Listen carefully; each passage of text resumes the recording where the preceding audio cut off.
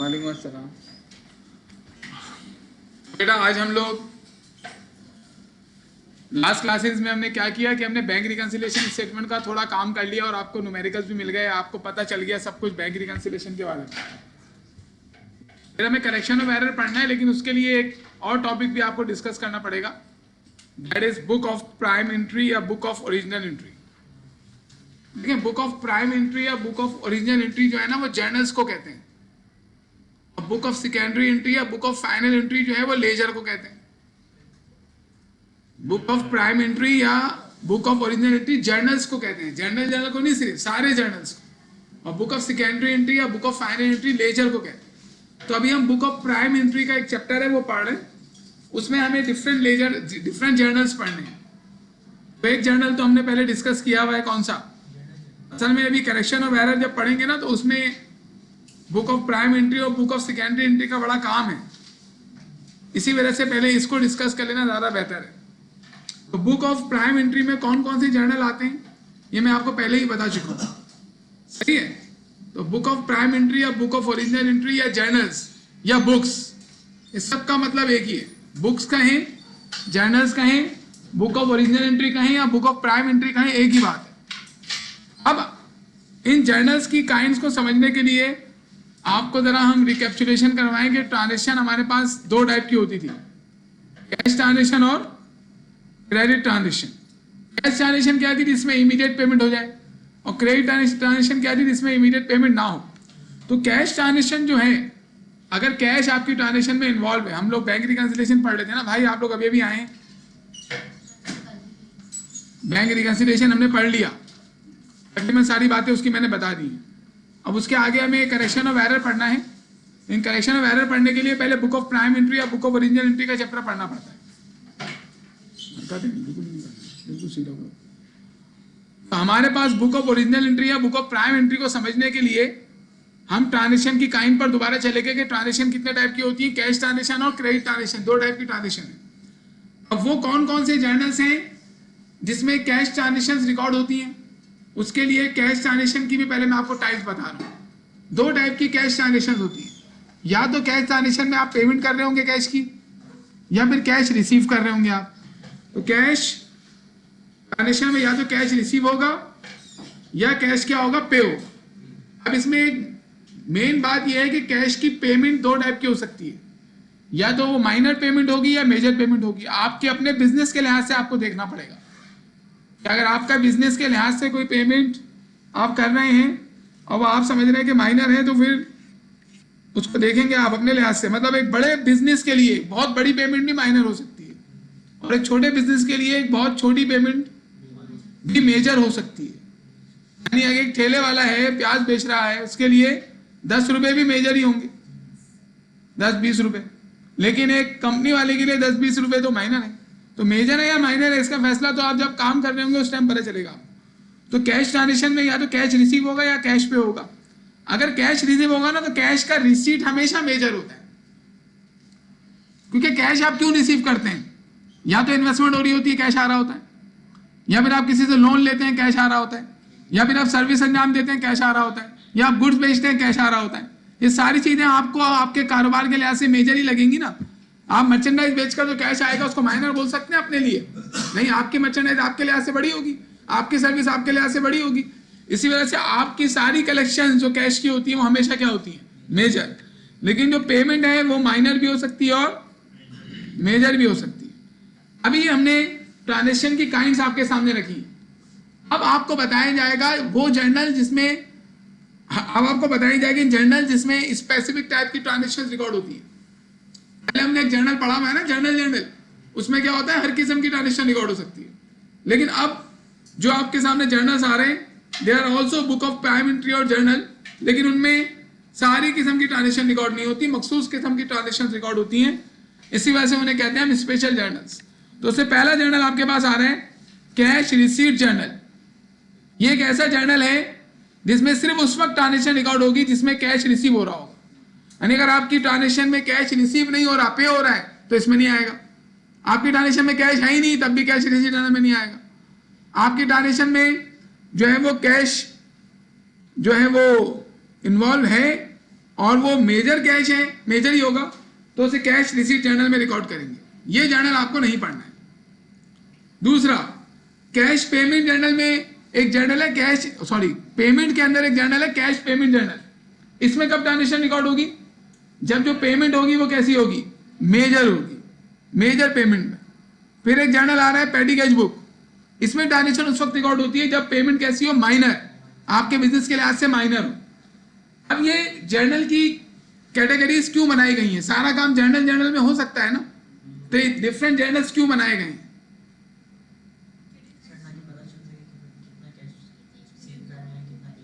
वो तो पता चल जाएगा सब्सिडी लेजर से। जर्नल की इतनी सारी काइंड्स क्यों बनाई है? देखिए, काम को डिस्ट्रीब्यूट क्यों किया जाता है?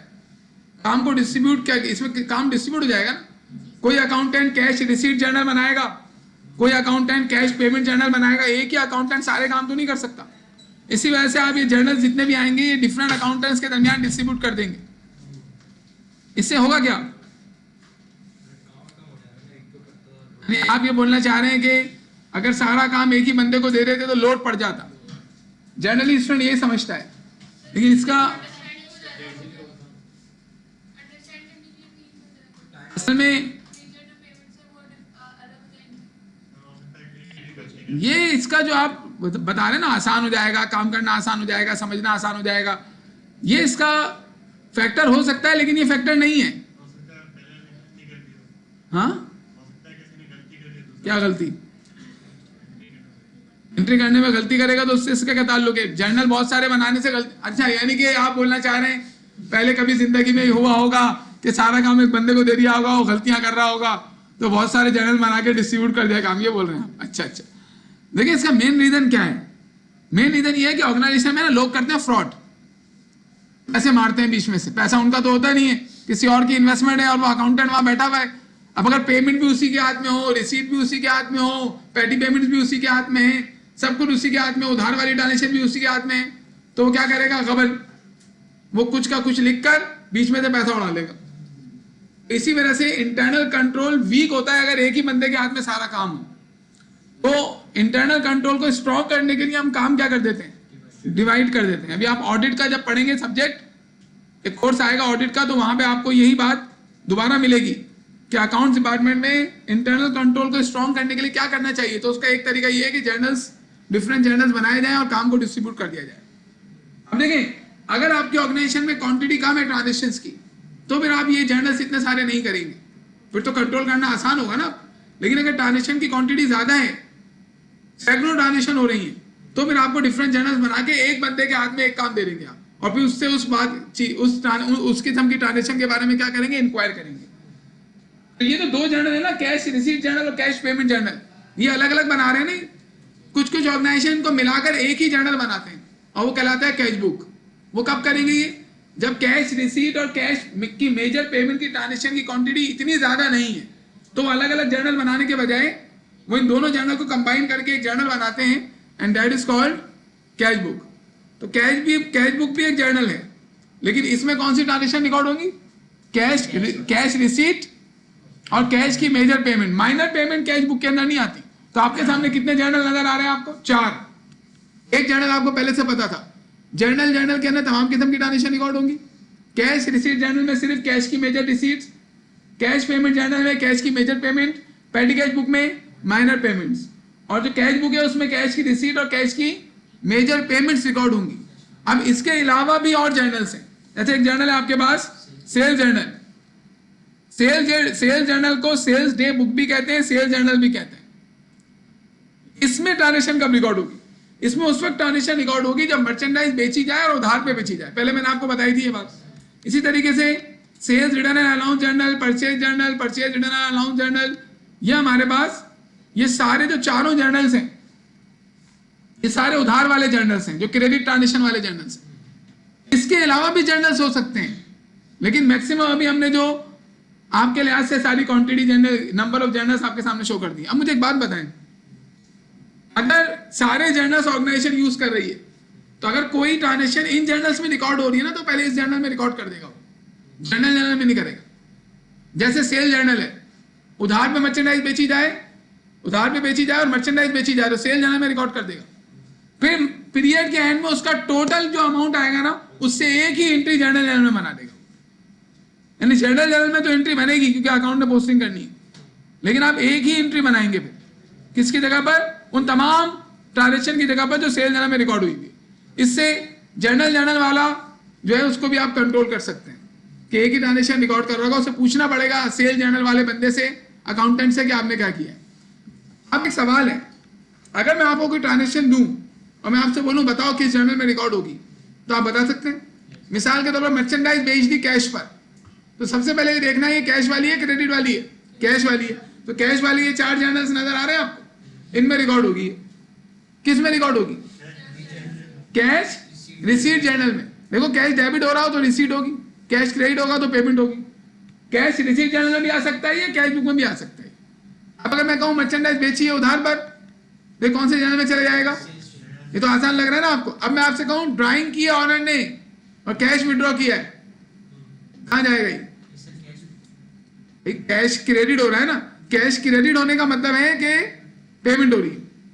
ड्राइंग जब करेगा ऑनर कैश निकालेगा तो एंट्री क्या बनेगी? ड्राइंग डेबिट कैश क्रेडिट, तो पेमेंट हो रही है ना कैश की, कैश क्रेडिट हो रहा है तो कहां जाएगा ये? कैश पेमेंट जर्नल में। अगर मेजर अमाउंट निकाला है, लेकिन अगर ऑनर का बच्चा आ गया उसे 100 रुपए दे दिए तो ये पेटी कैश बुक में। अगर ड्राइंग में मर्चेंडाइज निकाली गई है तो ये कौन से जर्नल में जाएगा? देखिए परचेज जर्नल में ट्रांजेक्शन उस वक्त जाती है जब मर्चेंडाइज खरीदी जाए और उधार पे खरीदी जाए। ड्राइंग जब होगी मर्चेंडाइज की तो खरीदी थोड़ी है मर्चेंडाइज जी, कहां जाएगा इनमें से? कैश तो है ही नहीं इसमें। जब मर्चेंडाइज विड्रॉ कर रहे हैं तो इसकी एंट्री क्या बन रही है? ड्राइंग डेबिट परचेज क्रेडिट, इसमें तो कैश ही नहीं है। जब कैश इन्वॉल्व ही नहीं है तो फिर कैश वाले जर्नल्स में तो जा ही नहीं सकता ये जर्नल जर्नल में जाएगा, क्योंकि इनमें से किसी जर्नल में ट्रांजेक्शन नहीं जाएगी, ड्राइंग डेबिट और परचेज क्रेडिट। अच्छा ऑनर ने कैश इन्वेस्ट किया कारोबार में, कहां जाएगा ये? ऑनर ने कैश कारोबार में इन्वेस्ट किया है, कौन से जर्नल में जाएगा? आप इसकी एंट्री बनाए, क्या बनेगी? एंट्री क्या बनेगी? Cash debit capital credit. तो कैश डेबिट होने का मतलब होता है कैश रिसीव हो रहा है कारोबार में, तो ये कैश रिसीव जर्नल या कैश बुक में जाएगी। लेकिन ऑनर ने फर्नीचर इन्वेस्ट किया कारोबार में, ये जर्नल जर्नल में जाएगी। क्योंकि पहली बात तो ये है कि फर्नीचर डेबिट कैपिटल क्रेडिट इसमें कैश ही नहीं है, कैश नहीं है तो ये 4 जर्नल खत्म, इसमें नहीं जाएगी। और ये सारे जर्नल मर्चेंडाइज के हैं चारों। जब फर्नीचर इन्वेस्ट होगा तो मर्चेंडाइज है ही नहीं, तो इसमें थोड़ी जाएगा। अच्छा ऑनर ने मर्चेंडाइज इन्वेस्ट किया कारोबार में, अब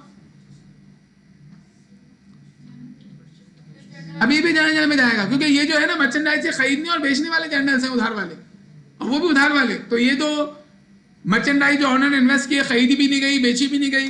तो इस तरीके से ना आपको पता होना चाहिए कि कौन सी ट्रांजेक्शन किस जर्नल में रिकॉर्ड होती है। तो मैंने इसके लिए एक और काम किया, ये तो मैंने आपको चार्ट बना के दिया है, फिर मैंने सारा ये लिखकर आपको दे दिया है कि किस जर्नल में किस किस्म की ट्रांजेक्शन जाती है। तो आप इसमें से पढ़ सकते हैं। ऐसे लिखा हुआ है कैश रिसीट जर्नल में, क्या लिखा हुआ है? In this journal all cash receipt transaction are recorded. फिर कैश पेमेंट जर्नल में क्या लिखा हुआ है? All major cash payment transaction are recorded. Cash book में all cash and bank receipt and payment transaction are recorded. लेकिन petty payments नहीं। Petty cash book में क्या लिखा हुआ है? All minor payments are recorded under imprest system. अभी imprest system क्या है अभी पैटी कैश बुक में बताऊंगा। Sale journal all transaction in which merchandise is sold on credit. अब देखिए 2 शराइतें इसकी, मर्चेंडाइज बेची जाए उधार पे बेची जाए तो एसजे में sale journal. Sale return allowance journal में ट्रांजेक्शन कब जाएगी? जब मर्चेंडाइज हमारी वो वाली जो हमने उधार में बेची थी वो वापस आ जाए। और परचेज जर्नल में कब जाएगी? जब हम मर्चेंडाइज खरीदे और उधार पे खरीदें। और परचेज रिटर्न अलाउंस जर्नल में कब जाएगी? जब मर्चेंडाइज जो खरीदी थी उधार पर वो वापस हो जाए। तो दोनों तरीकों से मैंने आपको ये चीजें बता दी। इनमें से अगर किसी जर्नल में ट्रांजेक्शन नहीं जा रही है तो फिर वो जर्नल में लेके जाएंगे, अगर आप इन जर्नल्स को मेंटेन करते हैं। अगर आप इन जर्नल्स को मेंटेन नहीं करते तो फिर हर ट्रांजेक्शन जर्नल में जाएगी। And now we are going to study these journals. पहला जर्नल जो अभी हम पढ़ेंगे that is cash book. Cash book कैसा जर्नल है जिसमें कैश रिसीव होगा या कैश की मदद से पेमेंट होगी तो कैश बुक में रिकॉर्डिंग होगी। बैंक रिसीव होगा यानी बैंक बढ़ेगा, या बैंक की तरफ से पेमेंट होगी तो कैश बुक में रिकॉर्डिंग होगी। कैश बुक का तस्करा मैंने बैंक रिकंसिलिएशन में भी किया था आपके साथ। इनफैक्ट हमें कैश बुक पहले पढ़नी चाहिए थी। और बताएं आपको हैंड आउट आ गया जो मैंने सेंड किया था। अब हम लोग जा रहे हैं उस हैंड आउट पे।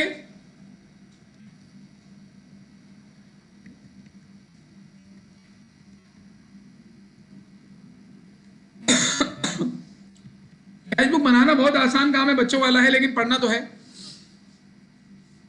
तो देखिए ये आपका हैंडआउट आ गया। कैश बुक में सिर्फ कौन सी ट्रांजेक्शन रिकॉर्ड होंगी? जिसमें कैश। ओके, अभी हम इसको लेके आते हैं। देखिएगा हैंडआउट में, तो बेटा ये है कैश बुक की स्केचिंग। बहुत सिंपल सी सादा सी स्केचिंग है। इसमें देखिए आपको दो साइड नजर आ रही होंगी। ये जो पूरी साइड है ना, ये कहलाती है डेबिट या रिसीट साइड। जब भी कैश बढ़ेगा यानी रिसीव होगा, इस साइड पे रिकॉर्ड करेंगे। जब भी बैंक बढ़ेगा यानी बैंक अकाउंट में पैसा आपका रिसीव होगा, किसी भी तरीके से आप डिपॉजिट करवा दें या कोई और करवा दें, तो ये रिसीट साइड पर रिकॉर्ड करेंगे। रिसीट साइड पे, रिसीट साइड यानी हमारा बैंक बढ़े या हमारा कैश बढ़े, रिसीट साइड पर आएगा। और अगर हमारा बैंक या कैश कम हो रहा है तो फिर पेमेंट साइड पर रिकॉर्ड करेंगे। ये हमारी पेमेंट साइड, और मैंने इन साइड्स के ऊपर लिख भी दिया है। तो आप अगर देखें ना, तो ये टी अकाउंट जैसा लग रहा है। ये टी अकाउंट जैसा है, debit side, credit side. Debit side को रिसीट साइड भी बोलते हैं, क्रेडिट साइड को पेमेंट साइड भी बोलते हैं। ट्रांजेक्शन को रिकॉर्ड करना है, इसमें बहुत आसान काम है। आपको जर्नल एंट्री आनी चाहिए। अगर आप एंट्री बना सकते हैं तो आपके लिए बहुत आसान काम है। ये एनालिसिस आनी चाहिए इन शॉर्ट। तो अब देखें इस क्वेश्चन को हम सॉल्व करेंगे। Hashim a sole trader uses 3 column cash book. Journal को कहते हैं 2 कॉलम जर्नल, क्योंकि उसके अंदर अमाउंट लिखने के 2 कॉलम होते हैं। तो कैश बुक जो है इसमें ईच साइड पर अमाउंट लिखने के 3 कॉलम्स हैं। एक सेल्स डिस्काउंट, इसमें अमाउंट आता है, एक कैश और एक बैंक। इन तीनों कॉलम में अमाउंट लिखा जाता है। इसी वजह से इसको कहते हैं 3 कॉलम। कोई भी जर्नल जो है उसमें कितने कॉलम के नाम से याद किया जाएगा, उसको ये डिपेंड करता है उसमें अमाउंट लिखने के कितने कॉलम्स। जैसे आगे आप सेल जर्नल पढ़ेंगे, उसमें अमाउंट लिखने का एक ही कॉलम होता है, तो उसे कहते हैं 1 कॉलम सेल जर्नल। ओके, अब काम क्या करना है आपको, क्वेश्चन में आए वापस। Hashim a sole trader uses 3 column cash book. March 1, 1991 को ही हैड कैश ऑन हैंड 25,000। इनके पास कैश बॉक्स में 25,000 रुपए कैश मौजूद है, अच्छी बात है। और बैंक में कैश कितना है? 52,000। इसकी एंट्री क्या बनेगी? एंट्री बनेगी जर्नल एंट्री। इसकी एंट्री नहीं बनेगी ना बेटा, ये ट्रांजेक्शन ही नहीं है अल्लाह के बंदे, ये तो बैलेंसेज हैं। आप अपनी बात पे अटल रहें। इफ यू आर करेक्ट, आप अटल रहेंगे भाई, लेकिन लड़े नहीं, आप अटल रहें। आप बोले सर मेरे ख्याल में तो ये होगा। अब ये जो बैलेंसेज है ना, 25,000 रुपए कैश हमारे पास है और 52,000 रुपए बैंक में पैसे हैं, ये बैलेंसेज है। बैलेंसेज की एंट्री नहीं होती क्योंकि ट्रांजेक्शन ही नहीं होती। इसको जस्ट आप कैश बुक में लिख देंगे कि पुराना बैलेंस मौजूद है। जब भी कैश बुक स्टार्ट होगी आपको देखना है पुराना बैलेंस मौजूद है या नहीं, और उसको लिख देंगे। 25 और 52, क्या डेट क्या है? 1991 मार्च 1। आप इधर आएंगे और यहां लिखेंगे 1991 मार्च 1। ये डेट लिख के आप यहां सामने डिस्क्रिप्शन में लिखेंगे बैलेंसेस। विजिबल है ये? सही है। कैश में लिख देंगे कितना? 25,000 रुपीज। बैंक में कितना लिख देंगे आप? 52,000। सबसे पहला काम कैश बुक बनाते वक्त होता है बैलेंसेस लिखना, और हमने बैलेंसेस लिख दिए। सही है। अब इसके बाद क्या करना होगा आपको? हर ट्रांजेक्शन को रीड करना है। अगर कैश या बैंक बढ़ रहा है, रिसीव हो रहा है या नहीं, तो डेबिट साइड पे रिकॉर्ड करना है। पे हो रहा है तो क्रेडिट साइड पे रिकॉर्ड करना है। सिंपल हो गया। फिर उसके बाद बैलेंस कर लेंगे, कैश बुक खत्म हो जाएगी। तो पहले क्या है हमारे पास? ही कंप्लीट द फॉलोइंग ट्रांजेक्शन। पहली मार्च 3 मर्चेंडाइज खरीदी है 5300 की और चेक इशू कर दिया। अब आप मुझे बताएं पेमेंट हो रही है या रिसीव हो रहा है? पेमेंट हो रही है, क्योंकि हम पे कर रहे हैं। किस चीज से, कैसे पेमेंट हो रही है? बैंक की मदद से, कैश की मदद से। तो आप आएंगे पेमेंट साइड पर, मार्च 3, यहां डेट लिखेंगे 1991 मार्च 3, और पेमेंट साइड पर आ गए आप, और बैंक से पेमेंट हो रही है तो बैंक में 5300 लिख देंगे आप। क्रेडिट साइड पर ये जो 3 कॉलम है ना, इनमें अमाउंट लिखने का मतलब ही होता है कि इनको आप क्रेडिट कर रहे हो। यानी अगर आपने इन तीनों में से किसी में अमाउंट लिख दिया, इसका मतलब है आप इनको क्रेडिट कर रहे हो। और डेबिट साइड पर इन तीनों में से किसी में अमाउंट लिख दिया तो इसका मतलब है आप इनको डेबिट कर रहे हो। अच्छा, बैंक तो हमने क्रेडिट कर दिया। इसकी जर्नल एंट्री क्या बनेगी? जो ट्रांजेक्शन नजर आ रही है, purchase merchandise for 5300 and paid by cheque. Entry purchases debit, bank credit. जब कुछ भी ना बताया गया तो पेरियोडिक की एंट्री बना दिया करो। Purchases debit, bank credit. तो देखिए हमने बैंक को तो क्रेडिट किया हुआ है। इसके सामने जैसे अकाउंट में टाइटल लिखते थे ना, वैसे यहां पर आप लिख देंगे परचेजेस। ये एक पोस्टिंग हमने कर ली। इस तरीके से हर पोस्टिंग होगी। आइए cash sales deposited into bank, merchandise बेची कैश पर और उसी दिन बैंक में जमा करवा दिया। पहले तो बताओ रिसीव हो रही है पेमेंट हो रहा है? रिसीव हो रहा है। मार्च 6, तो आप मार्च 6 में रिसीव साइट पर आ जाएंगे और रिसीव क्या हो रहा है, कैश या बैंक? देखो बैंक में जमा करवा दी ना उसी दिन, तो कैश का कोई काम नहीं रहा। उसी दिन बैंक में जमा करवा दी जाए तो कैश रिकॉर्ड नहीं करेंगे आप। 6000 से बैंक में लिख देंगे, ये हमने लिख दिया, यानी कि हमने बैंक को डेबिट कर दिया। अब इसकी एंट्री बनाओ, क्या बनेगी? Bank debit sales credit. तो हमने बैंक को तो डेबिट कर दिया है, सामने क्या लिखेंगे? सेल्स, यानी एंट्री इधर से नजर आ रही है, बैंक डेबिट सेल्स क्रेडिट।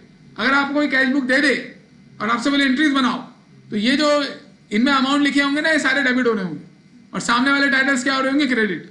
और यहाँ जितने अमाउंट लिखे होंगे वो क्या हो रहे होंगे? क्रेडिट। और सामने क्या हो रहे होंगे? सारे डेबिट। क्योंकि डेबिट साइड पर टाइटल होते हैं वो क्रेडिट हो रहे होते हैं ना। मैं अकाउंट में पढ़ के तो आ रहे हो लेजर में ही। आगे चलें, purchase office supplies for cash, payment हो रही है, रिसीव हो रहा है? पैसे आ रहे हैं, जा रहे हैं, ये देखो ना। जब भी मैं बोलूं, अब मैं बोल रहा हूं पेमेंट हो रही है, रिसीव हो रहा है, तो आप बोले रिसीव हो रहा है। फिर आपसे पूछा क्या, तो आप बोले मर्चेंडाइज रिसीव हो रहा है। बेटा कैश बुक में कैश और बैंक की बात करूंगा जब भी पूछूंगा मैं, थोड़ा बोलने दिया करो ना ताकि तुम लोगों को याद हो जाए। तो पेमेंट हो रही है, रिसीव हो रहा है, पेमेंट। तो पेमेंट साइड पर आ जाएंगे और 8 डेट लिखेंगे। और किस चीज की पेमेंट हो रही है? कैश की, बैंक की?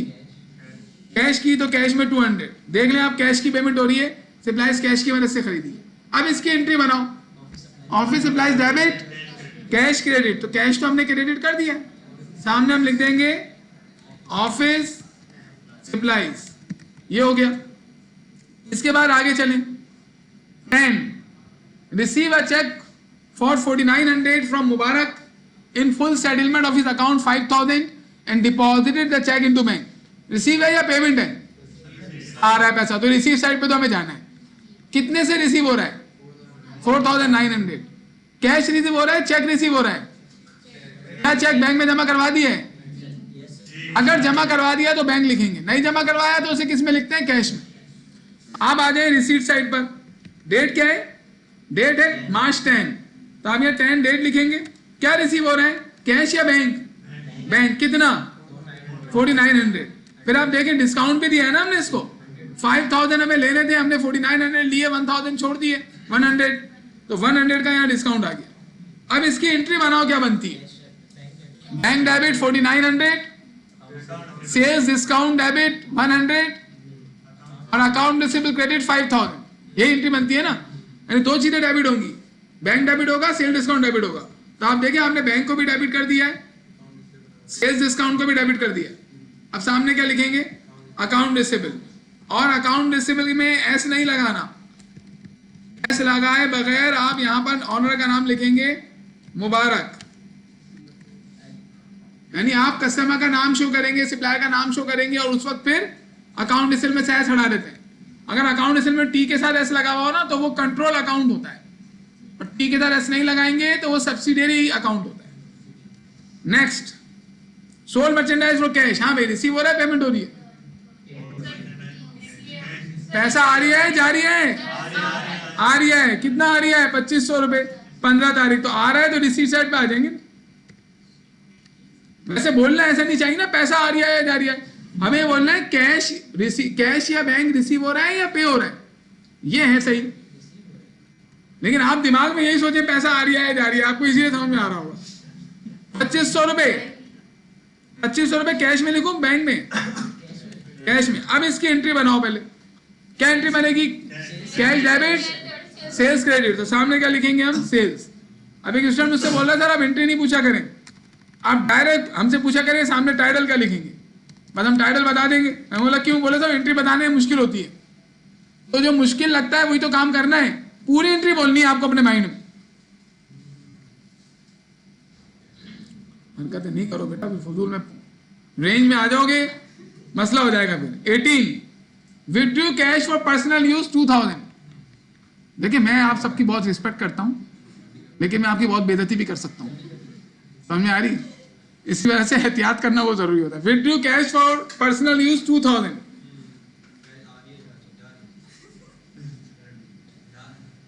तो तुम खामोश बैठो, तुम पे पाबंदी लगा दी गई है 10 मिनट की, सही नहीं बोलो यार, बोलो मजाक करो। 2000 हमने पर्सनल यूज के लिए जो है वो कैश निकाला है। अब ये भी देखना है यहाँ पे कैश बैंक से निकाला है या सिर्फ कैश ही विड्रॉ किया है, सिर्फ कैश ही विड्रॉ किया, बोल सकते हैं आप, ऐसे बोलो। आप पेमेंट साइड पर आ जाएंगे और क्योंकि पेमेंट हो रही है कैश की 18 को, तो आप पेमेंट साइड पर आके 18 लिखें। किस चीज की पेमेंट हो रही है? कैश की। कितना कैश निकाला है? 2000, यहाँ पे 2000 लिख देंगे। अब इसकी एंट्री बताओ क्या होती है? Bank debit, cash credit. तो कैश तो हमने क्रेडिट कर दिया है, सामने हम क्या लिख देंगे? ड्राइंग। और अगर ऑनर का नाम मालूम हो तो ड्राइंग के आगे ऑनर का नाम भी लिखेंगे, और आई थिंक हाशिम नाम है इसका, सही, ओके।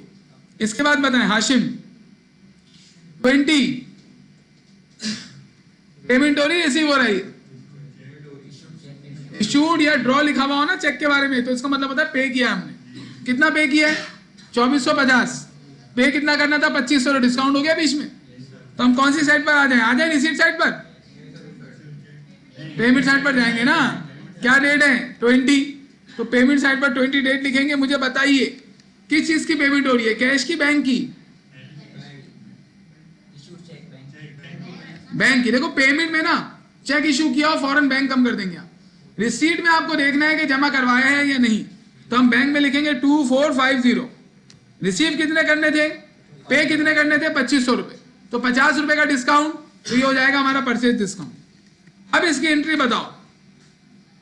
वैसे तो हमें मालूम है सामने क्या आएगा। क्या आएगा सामने?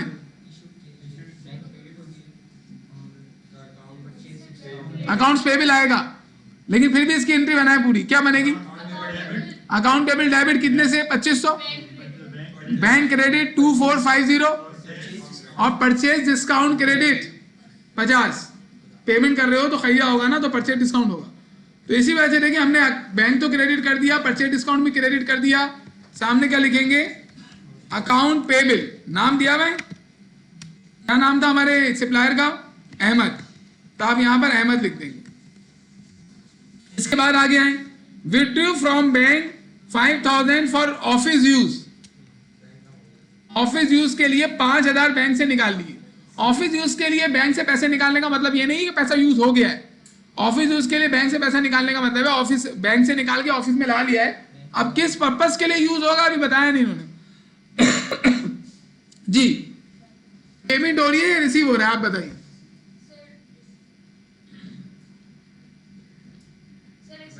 रिसीव हो रहा है। क्या रिसीव हो रहा है? कैश। जी, पेमेंट हो रही है। क्या पेमेंट हो रही है? बैंक।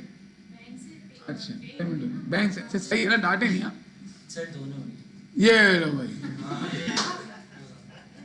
दोनों हो रही है ये कह रहे, और इनको सेकंड कर रहे हैं इजान। बैंक कम होगा, कैश बढ़ जाएगा। भाई बैंक कम, बैंक से पेमेंट हो रही है ना बेटा, बैंक से पैसे निकाले तो बैंक से पेमेंट हो जाएगी, कैश बढ़ जाएगा। तो ये दोनों हो रहा है इसमें, पेमेंट भी हो रही है, रिसीव भी हो रहा है। बैंक से पेमेंट हो रही है, कैश रिसीव हो रहा है। ऐसी ट्रांजेक्शन को जब कैश बुक में हम रिकॉर्ड करते हैं ना, तो उसे बोलते हैं कॉन्ट्रा एंट्री। इसको उस कॉन्ट्रा से आप मैं वो नहीं कीजिएगा, मिलाइएगा नहीं, वो जो हम कॉन्ट्रा अकाउंट बोलते हैं। कॉन्ट्रा अकाउंट अलग चीज है, कॉन्ट्रा एंट्री बोल रहा हूं मैं, कॉन्ट्रा अकाउंट नहीं बोल रहा हूं। कॉन्ट्रा एंट्री स्पेसिफिकली किससे ताल्लुक रखती है? कैश बुक से। और ये ऐसी ट्रांजेक्शन होती है जो कैश बुक की दोनों साइड पर रिकॉर्ड होती है। पेमेंट भी होगी, रिसीट भी होगी, तो दोनों साइड पर रिकॉर्ड करते हैं। तो 4 कॉन्ट्रा आएंगी आपके पास, 4 टाइप की कॉन्ट्रा। अभी 1 टाइप की कॉन्ट्रा आई है आपके पास, टोटल 4 टाइप की कॉन्ट्रा है। तो अभी आप देखें, आपने बैंक से पैसे निकाल दिए। अब मुझे ये बताएं, पहले बैंक से निकले होंगे या पहले कैश में आए होंगे? बैंक से निकले होंगे। तो पहले पेमेंट हुई है, रिसीव हुई है? पेमेंट हुई। तो पहले हम पेमेंट रिकॉर्ड करेंगे। डेट क्या है इसकी? 24। अब आप आ जाएं, 24 डेट को बैंक से पेमेंट हो रही है 5000 की। तो आप पेमेंट साइड पर आकर बैंक में लिखेंगे 5000। ये हमने पेमेंट कर दी। अब इसको ऐसे ही छोड़ दें और यहां आ जाए रिसीट साइड पर। अच्छा, ये आमने सामने आना जरूरी नहीं है, जगह जहां पर होगी वहां लिख देंगे हम। क्या रिसीव हो रहा है? कैश। तो कैश में लिखेंगे 5000। यानी पहले आप पेमेंट साइड पर आपने बैंक को कम किया, रिसीट साइड पर कैश को बढ़ा दिया। अब जब ये हो जाए ना, तो आप मुझे बताएं इसकी एंट्री क्या होती है जब कैश बैंक से निकालते हैं तो ऑफिस यूज के लिए?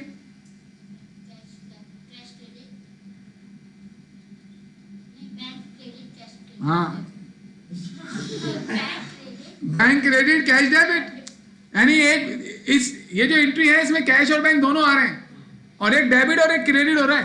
सही है, तो हमें क्या करना है, ये कैश लिखा हुआ है ना, इसके सामने बैंक लिख देंगे, और यहाँ कैश बैंक लिखा हुआ है तो इसके सामने कैश लिख देंगे, और पोस्ट रेफरेंस में आप सी लिखेंगे। सी मींस कॉन्ट्रा। जितने सी डेबिट साइड पर होंगे रिसीट साइड पर, उतने ही सी क्रेडिट साइड पर होने चाहिए। कॉन्ट्रा लिख के हम बता रहे हैं this is a Contra transaction, ये इस कैश बुक की दोनों साइड पर रिकॉर्ड हुई है। वो इशू नहीं है, लेकिन स्मॉल ही लिखते हैं लोग ज्यादातर। लिखना है आपको, लिखना जरूरी है। इसके आगे चले, अभी एक कॉन्ट्रा आपके पास आ गई है बेटा, वो कॉन्ट्रा अकाउंट था बेटा। तुम खामोश बैठो यार। Abu Bakar always care for yourself. हाँ, आप क्या चाह रही हैं, पढ़ तो लिया। आप ये बोल रही है पहले क्यों नहीं पढ़ा, यही बोल रही है ना, पहले क्यों नहीं पढ़ा ये कॉन्ट्रा। फिर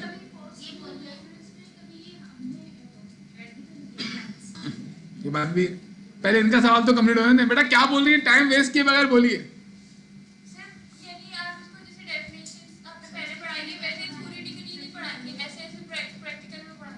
हाँ, मतलब इसके लिए जो मैंने ये बात बोली है ना, ये अपने पास खुद लिख लीजिए आपके। What is Contra entry? Contra entry is any entry in the cash book which is recorded in the board side of cash book. ये मैं आपको लिख के नहीं दूंगा, जो चीज लिख के देनी होती है वो मैंने लिख के देनी होती है। जो नहीं दे रहा हूँ लिख के, नहीं है कुछ भी, तो आपको मतलब पता होना चाहिए कि लेक्चर चल रहा है, सवाल सॉल्व हो रहा है, तो ये लिखा हुआ नहीं आएगा, आप खुद लिख लेना। जैसे ही मैंने यहाँ पर कॉन्ट्रा एंट्रीज की डिटेल दी है, मैं डेफिनेशन यहाँ नहीं लिखी हुई, लेकिन कौन कौन सी कॉन्ट्रा ट्रांजेक्शंस हैं वो मैं बताऊंगा आपको जब मैं सारी पढ़ा दूंगा तो। लेकिन डेफिनेशन अपने पास खुद लिख लेना। ये एग्जामिन भी हो जाता है कभी कभार कि कॉन्ट्रा एंट्री कौन सी एंट्री होती है, और स्पेसिफिकली ये सिर्फ कैश बुक के अंदर आती है। अरे भाई, जो कैश बुक की दोनों साइड पर रिकॉर्ड हो वो कॉन्ट्रा एंट्री है। जब भी तो दोनों साइड पर आएगी। दोनों साइड पर आने का मतलब क्या है, पेमेंट भी हो रहा है, रिसीव भी हो रहा है। सही है, और अभी एक हमारे पास कॉन्ट्रा आ चुकी है। सही है, अभी तभी 3-4 क्वेश्चन हो जाएंगे ना ये, फिर भी आपके पास अगर कोई सवाल बचा तो आप पूछ सकते हैं। सही, अभी जरा चलने तो दें, मेरे पहला सवाल भी नहीं हुआ। Merchandise purchase for cash. हाँ भाई, पेमेंट हो रही है, रिसीव हो रहा है। पेमेंट हो रही है 3000 रुपये 27 मार्च, तो आप 27 को पेमेंट साइड पर आ जाएंगे। किस चीज की पेमेंट हो रही है ये बताइए, कैश की, बैंक की? इधर एहतियात से देख लेना, कैश की तो कैश में 3000 लिख दिया। अब इसकी एंट्री क्या बनती है, परचेजेस डेबिट, कैश क्रेडिट। तो कैश हमने क्रेडिट कर दिया है, सामने हम क्या लिख देंगे, परचेजेस। ये हो गया। इसके बाद क्या ट्रांजेक्शन है हमारे पास, सैलरी पेड बाय चेक 3500 जी। पेमेंट है या रिसीट, एंट्री नहीं बनानी पहले। कैश बुक बनाने का अपना तरीका है। ट्रांजेक्शन पढ़ते ही पहले आपको ये सोचना है कि पेमेंट है या रिसीट है। अगर आपने ट्रांजेक्शन पढ़ी और एंट्री बनाना शुरू कर दी तो आप कैश बुक को उसके तरीके से नहीं कर रहे हैं, गलती हो जाएगी आपसे। पेमेंट हो रही है, और पेमेंट हो रही है चेक की मदद से 30 तारीख को, तो पेमेंट साइड पर आएंगे, 30 तारीख लिखेंगे, और चेक की मदद से पेमेंट हो रही है। बैंक कम होगा 3300 रुपये।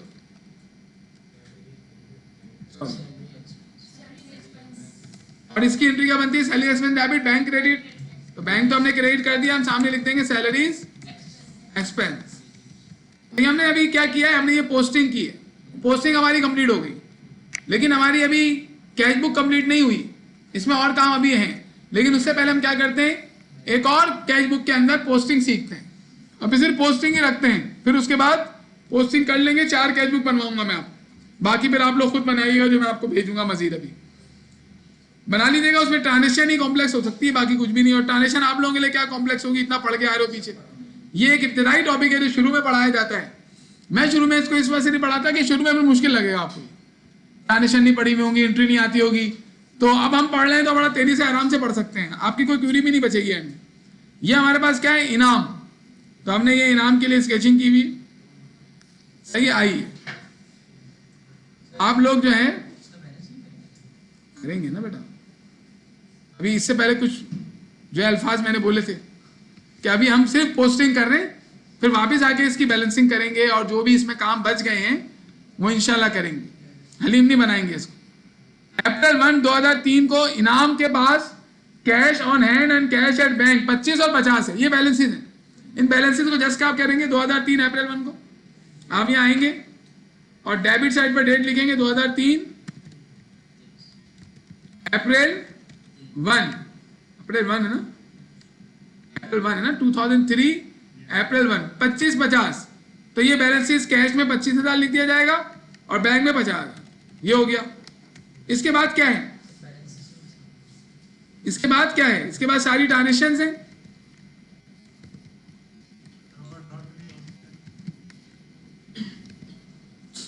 वो तो मैंने हैंडआउट में दिया हुआ है सवाल। अप्रैल 2 परचेज फर्नीचर व कैश, पेमेंट है रिसीट है, पेमेंट है कितने की, 7,000 की कैश की पेमेंट है अप्रैल 2 की।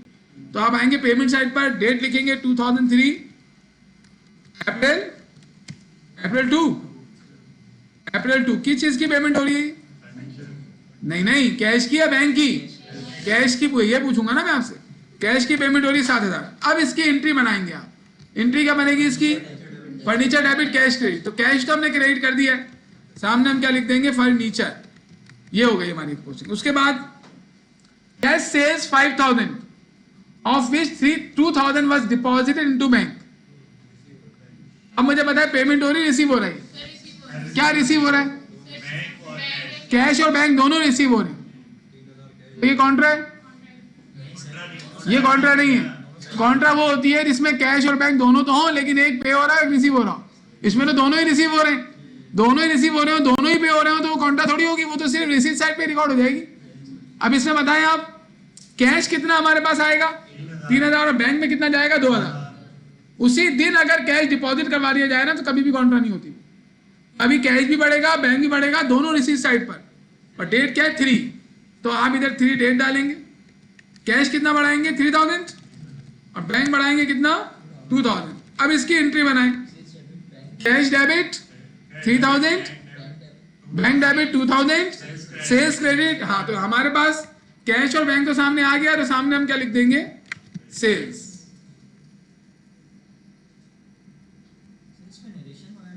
इसमें नरेशन नहीं होती, नरेशन जर्नल में होती है बस। इसके आगे आए, April 8 purchase merchandise 9,000 giving 4,000 in cash and balance by cheque. हाँ भाई, पेमेंट है रिसीट है? पेमेंट है, सिर्फ पेमेंट है। कैश से भी पेमेंट हो रही है, बैंक से भी पेमेंट हो रही है। तो ये पेमेंट साइड पर रिकॉर्ड करेंगे और डेट है अप्रैल 8। तो अप्रैल 8 में आप यहां आएंगे। अब बताइए किस चीज की पेमेंट है? की 4,000 कैश की है और बाकी 5,000 बैंक की पेमेंट है। अब इसकी एंट्री बनाओ। क्या एंट्री बनेगी? Purchases debit 9,000, cash credit 4,000, bank credit 5,000। तो कैश और बैंक को तो हमने क्रेडिट कर दिया, सामने क्या लिख देंगे? परचेजेस। ये हो गया। इसके बाद आगे चलें। Bought office supplies cash 1,000। जी, पेमेंट है रिसीट है?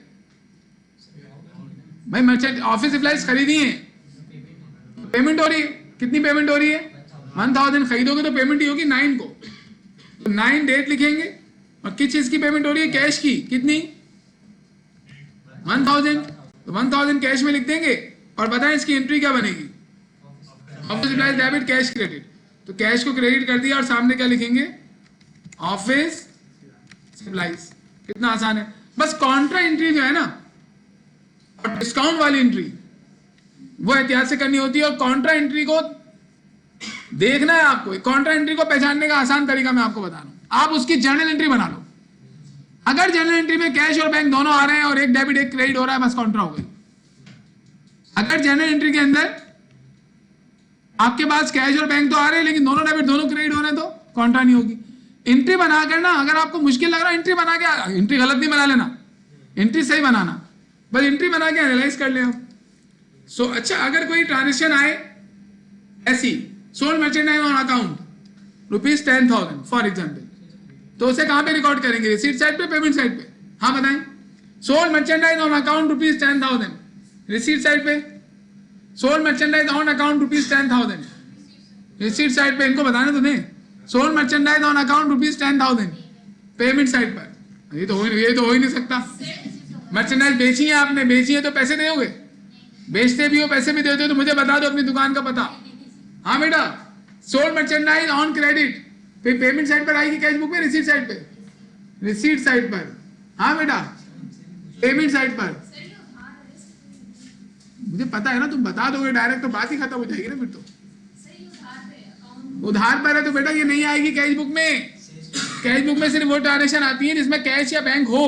अगर आपके पास कैश या बैंक, इसकी एंट्री क्या बनेगी? उधार पे सेल किया तो account receivable debit sales credit, तो इसमें कैश और बैंक ही नहीं है, तो ये रिसीट साइड पेमेंट साइड पे कैसे लिखोगे?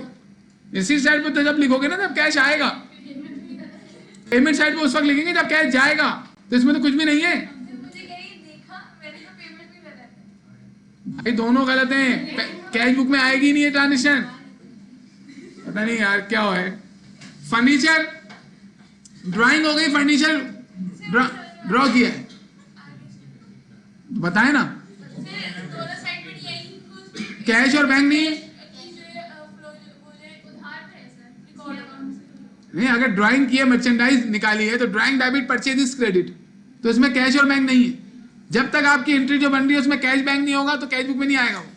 कैश बुक में आने के लिए जो एंट्री बनाओगे उसमें कैश या बैंक होना चाहिए, वरना कैसे रिकॉर्ड करेंगे? इसमें तो रिकॉर्ड ही कैश की रिसीट, कैश की पेमेंट, बैंक की रिसीट, बैंक की पेमेंट हो रही है। अल्लाह के बंदो, सोल्ड मर्चेंडाइज वर्थ 4000, अब कुछ नहीं लिखा ना, तो ये तो कैश पर है, तो रिसीट हो रही, पेमेंट हो रही है।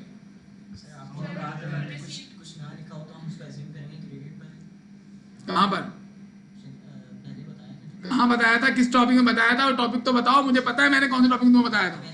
मैंने तुम्हें बताया था ये अकाउंट रिसीवेबल वाले टॉपिक में, इन्वेंट्री वाले टॉपिक में नहीं।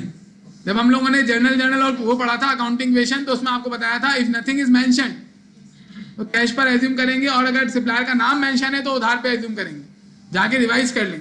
लेकिन नॉर्मली कुछ नहीं मेंशन हो तो ट्रांजेक्शन क्रेडिट पर ही होती है। लेकिन ये कैश बुक जर्नल्स का टॉपिक है, तो इसमें ये अंडरस्टैंडिंग है सबकी कि कुछ अगर हम नाम मेंशन करेंगे, ऑन क्रेडिट या ऑन अकाउंट लिखेंगे तो उधार पर रखना है, वरना नहीं। वरना अगर कुछ भी मेंशन नहीं है तो हम कैश पर ट्रांजेक्शन को रिकॉर्ड कर लेंगे। This is general understanding. Normally practical life में तो आपके पास फाइल बनी होती है, पता होता है उधार है या कैश है क्या नहीं।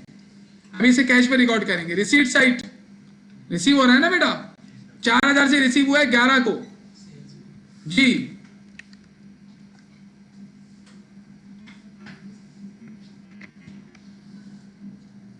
11 तारीख को रिसीव हो रहा है कैश। कितना रिसीव हो रहा है बेटा? 4000। क्या एंट्री बनेगी? Cash debit sales credit. तो कैश तो डेबिट कर दिया हमने, सामने क्या लिखेंगे? सेल्स। कैश बुक के टॉपिक में, कैश बुक के क्वेश्चन में मौजूद हर ट्रांजेक्शन को कैश बुक में नहीं डाल देना उठा के।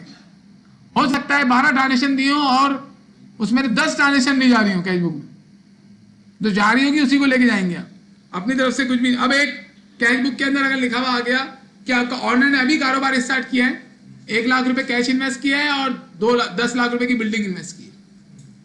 अब इसमें तो कैश वाला पार्ट है, वो तो कैश बुक में रिकॉर्ड हो जाएगा। कैश बढ़ा दोगे 1 लाख से और सामने कैपिटल लिख दोगे, लेकिन जो 10 लाख रुपए की बिल्डिंग वाला पार्ट है वो नहीं आएगा इसमें, क्योंकि इसमें कैश ही नहीं है।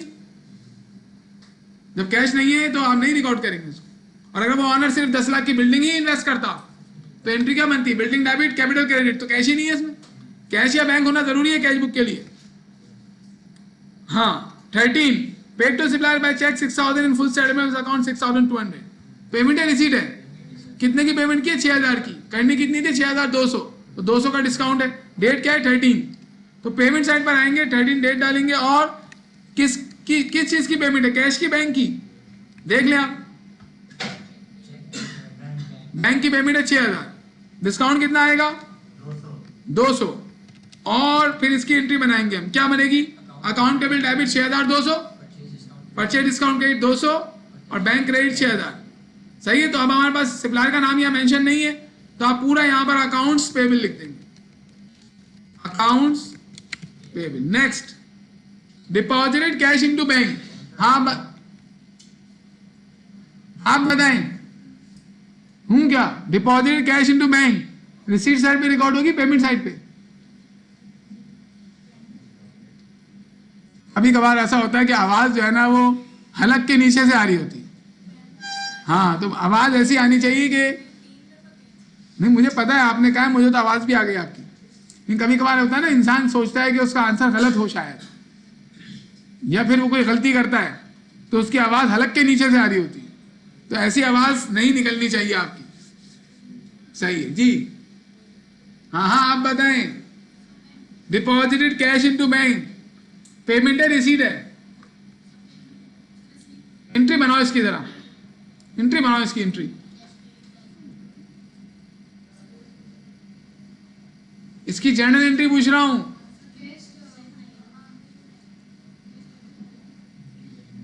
डिपॉजिट कैश इनटू बैंक की एंट्री क्या बताई आपने? आप बताओ ईशान यार, एंट्री बनाओ। इस डिपॉजिटेड कैश इनटू बैंक की एंट्री क्या होती है? Bank debit, cash credit. Cash के क्रेडिट होने का मतलब क्या होता है? कैश बढ़ रहा है कब? असल में ऐसी जवाब दे दूंगा ना, फिर इन लोगों को फिर भी समझ में नहीं आएगा। ये लोग ऐसे ही बैठे हैं। बैंक डेबिट कैश क्रेडिट में कैश क्रेडिट हो रहा है। कैश के क्रेडिट होने का मतलब क्या होता है? कैश पे हो रहा है, रिसीव हो रहा है। अरे भाई कैश क्रेडिट होता है तो हमारे पास से कैश चला जाता है ना, तो कैश क्रेडिट कर रहे हो ना, तो बैंक डेबिट कैश क्रेडिट। तो कैश क्रेडिट हो रहा है मतलब कैश की पेमेंट हो रही है, रिसीव हो रहा है, पेमेंट हो रही है। और बैंक डेबिट कर रहे हो तो बैंक क्या? बैंक डेबिट का मतलब है बैंक बढ़ रहा है, तो रिसीव हो रहा है, बैंक पे हो रहा है। बैंक के रिसीव का मतलब है बैंक अकाउंट में पैसे बढ़ जाए, उसे बैंक का रिसीव कहते हैं।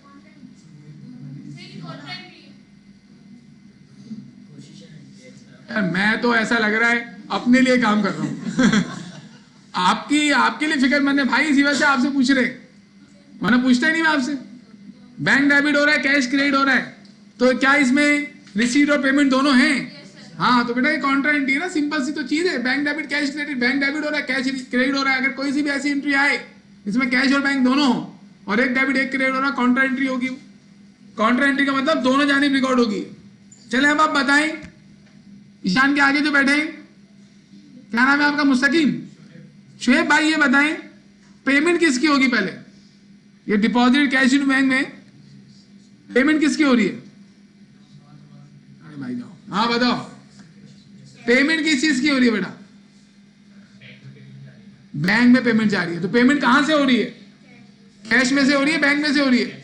कैश से हो रही है। सही, तो पहले जब भी कॉन्ट्रा एंट्री आए तो हम पेमेंट वाली चीज को पहले रिकॉर्ड करेंगे, क्योंकि पेमेंट पहले हो रही है। सही, आसान होगा इससे। तो पेमेंट हो रही है कैश की, तो मैं रिसीट साइड से शुरू करूं या नहीं? पेमेंट साइड से शुरू करूंगा। पेमेंट साइड पर मैं डेट लिखूंगा कितनी? मैं आपसे आगे वाला सवाल पूछता हूं, 16। हाँ, अब पेमेंट साइड पर मैं किस में अमाउंट लिखूं? कैश में, बैंक में? कैश में। कितना अमाउंट है? 9000। ये मैंने कैश में लिख दिया। ये कॉन्ट्रा को बनाने का तरीका है।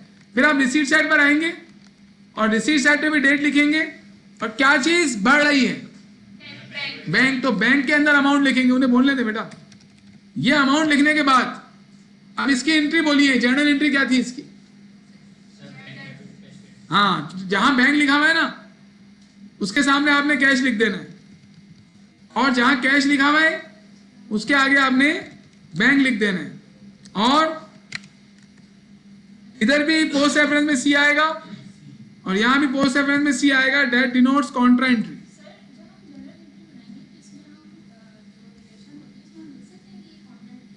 नहीं, यहां तो नरेशन ही नहीं है ना, वहां पे नहीं, वो कॉन्ट्रा एंट्री का ताल्लुक सिर्फ कैश बुक से। कैश बुक की दोनों साइड पर रिकॉर्ड होने की वजह से इसको कॉन्ट्रा एंट्री का नाम दिया गया है। जर्नल में तो जर्नल में कुछ नहीं होता बेटा। जर्नल से कॉन्ट्रा एंट्री को ताल्लुक ही नहीं है ना। Contra entry is the concept related to cash book only. Contra entry cash book में एक स्पेशल कॉन्सेप्ट बताया गया है कि ऐसी ट्रांजेक्शन में दोनों जानिब रिकॉर्ड हो, उसे कॉन्ट्रा एंट्री कहते हैं। कैश बुक से बाहर आ गए तो फिर दो साइड की तो कहानी खत्म हो गई ना। यहां पर है ना receipt side, payment side. Journal में रिसीट साइड, पेमेंट साइड की कहानी खत्म हो गई, तो वहां कॉन्ट्रा का कोई लफ्ज आप यूज नहीं करेंगे वहां। तो मैंने पहले क्यों नहीं बताया था? क्योंकि कैश बुक ही नहीं पढ़ी थी हमने। तो कैश बुक का कॉन्सेप्ट है ना, इस वजह से कैश बुक में डिस्कस हो रहा है। पहले कहीं और नहीं करना है आपको। ये कॉन्ट्रा एंट्री का एंट्री बनेगी bank debit cash credit, normal narration लिखेंगे उसकी जर्नल में। जी भाई, advice receive from bank that a customer had deposited 4000 direct into the bank. देखें, एडवाइस का मतलब यहाँ पे नसीहत नहीं है। एडवाइस का मतलब है कि हमें इंफॉर्मेशन मिली है बैंक से कि बैंक में हमारे कस्टमर ने डायरेक्ट 4000 रुपये जमा करवा दिए। अब बताएं रिसीव हुआ या पेमेंट हुई? रिसीव हुआ। क्या रिसीव हुआ? Cash, bank. बैंक में बढ़ रहा है ना पैसा। अगर बैंक बढ़ रहा हो बेटा तो बैंक रिसीव होता है। ईशान 19 पेमेंट साइड पे कहाँ रिकॉर्ड करूं इसको? पेमेंट साइड पे मैं बैंक में रिकॉर्ड करूं? बेटा पेमेंट साइड पे रिकॉर्ड नहीं होगा, ये रिसीट साइड पे रिकॉर्ड होगा। ये बैंक में पैसा बढ़ रहा है, देखो ना, एक कस्टमर ने 4,000 रुपए हमारे बैंक में डिपॉजिट करवाए हैं, तो पेमेंट थोड़ी हो रही है हमारे पास से। हमारे पास पैसे आ रहे हैं बैंक में, बैंक बढ़ रहा है, तो रिसीट साइड पर आओगे। तुम पेमेंट साइड पे क्यों बोल रहे हो? पैसे जा रहे हैं तुम्हारे पास। Thank you so much. तो 4,000 रुपए कस्टमर ने हमारे बैंक में डिपॉजिट करवाए, इसकी जर्नल एंट्री पहले तो ये बताओ, रिसीट साइड पे मैं कहां लिखूं? कैश में, बैंक में? बैंक में क्यों? हमें बैंक हमें नहीं दे रहा, हमारे कस्टमर ने हमारे बैंक में पैसे डाल दिए, हमारा बैंक बढ़ गया, हमारे बैंक अकाउंट में पैसे बढ़ गए, बैंक हमें क्यों देगा? बैंक ने तो हमारे अकाउंट में डाल के रख दिए पैसे।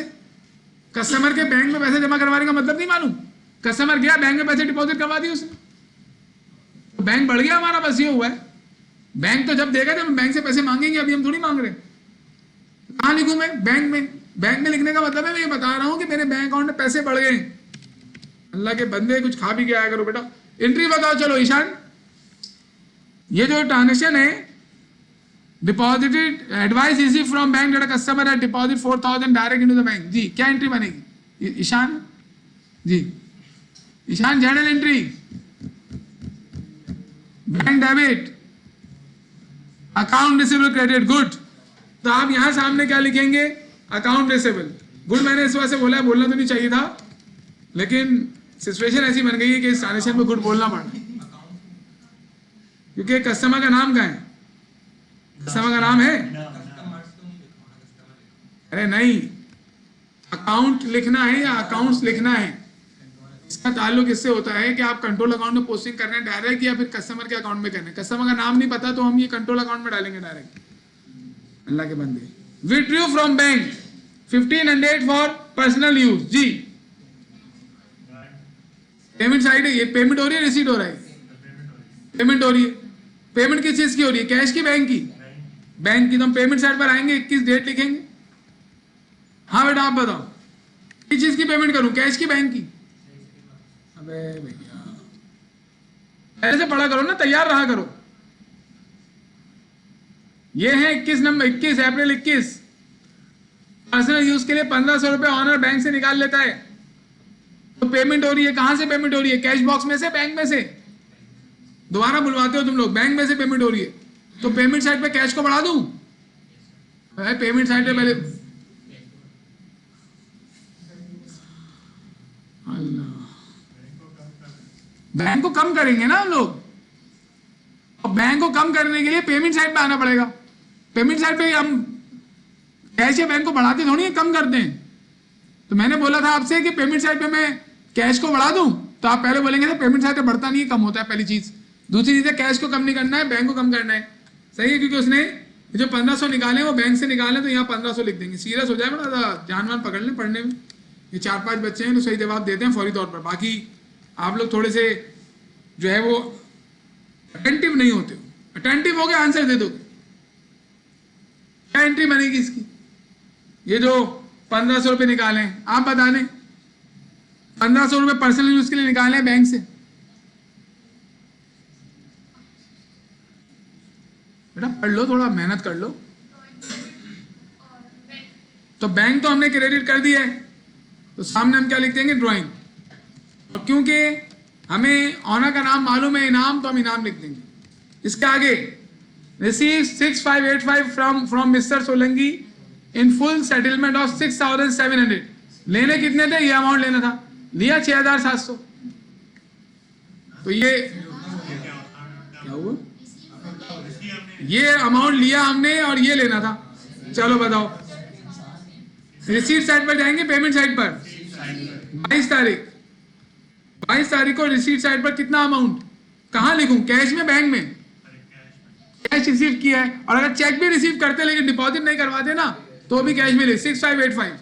तो 6585 यह लिखकर यहां पर आप जो है वो डिस्काउंट भी लिखेंगे। कितना डिस्काउंट है? 115।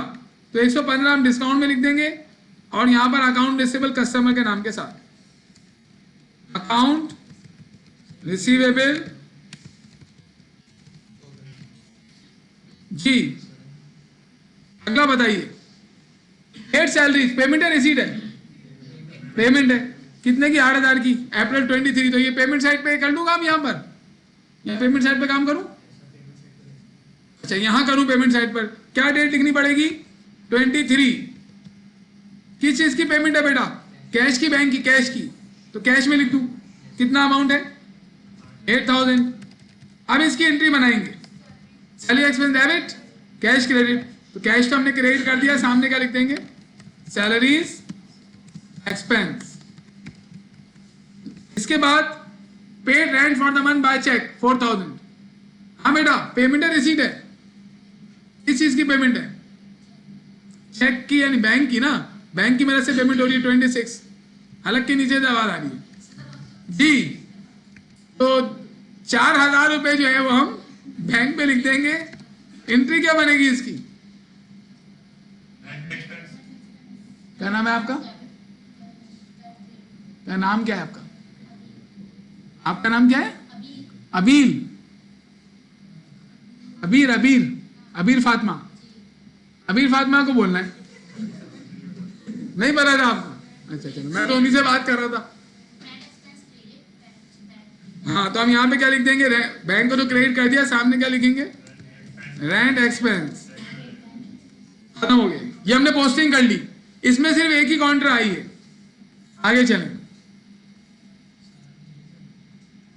देखिए कॉन्ट्रा 4 होती है। एक तो दो टाइप की कॉन्ट्रा पढ़ चुके हैं हमने। इसमें क्वेश्चन नंबर 1 में एक कॉन्ट्रा पढ़ी थी, सुन लो। एक कॉन्ट्रा पढ़ी थी ये वाली 24। इसमें क्या हुआ था? ऑफिस यूज के लिए बैंक से पैसा निकाला था। तो उसमें हमने क्या किया था? पेमेंट साइड पे बैंक को कम किया था, रिसीट साइड पे कैश को बढ़ाया था। ये कॉन्ट्रा हो गई। ये कौन सी वाली कॉन्ट्रा है? ये मैं आपको दिखाता हूं, देखें ये कॉन्ट्रा है। Withdraw cash from bank for office use. इसमें पेमेंट साइड पे बैंक को कम किया था, रिसीट साइड पे कैश को बढ़ाया था, और फिर यानी पेमेंट साइड पे बैंक में अमाउंट लिखा था। सही है। फिर इसके बाद ये जो मैंने क्वेश्चन करवाया, इसमें ये अप्रैल 16 वाली कॉन्ट्रा थी, और ये डिपॉजिट वाली कॉन्ट्रा है, वो ये रही। डिपॉजिटेड कैश इनटू बैंक या ओपन अ बैंक अकाउंट। इसके अंदर ओपन अ बैंक अकाउंट में भी ये होगा ना, बैंक बढ़ेगा कैश कम होगा। तो इसमें मैंने पेमेंट साइड पे कैश को कम किया था और रिसीट साइड पे बैंक को बढ़ाया था। ये 2 कॉन्ट्रा हमारे पास आ चुकी हैं क्वेश्चन के अंदर। अब हम एक और सवाल पढ़ रहे हैं, सही है? उसमें देखते हैं क्या होता है। उससे पहले हम लोग एक काम करते हैं, बैलेंस कर लेते हैं। सही है? इन 2 क्वेश्चंस को बैलेंस करते हैं। बैलेंस बहुत आसान है, जैसे अकाउंट बैलेंस होता है वैसे ही जो है हम लोग इस स्केचबुक को बैलेंस करते हैं। सबसे पहला काम क्या होगा? आप ये देखेंगे कि आपके पास पोस्टिंग ज्यादा कहां पर है। तो डेबिट में कितनी पोस्टिंग है? 1 2 3 4 5। क्रेडिट में कितनी है? 1 2 3 4 5 6 7।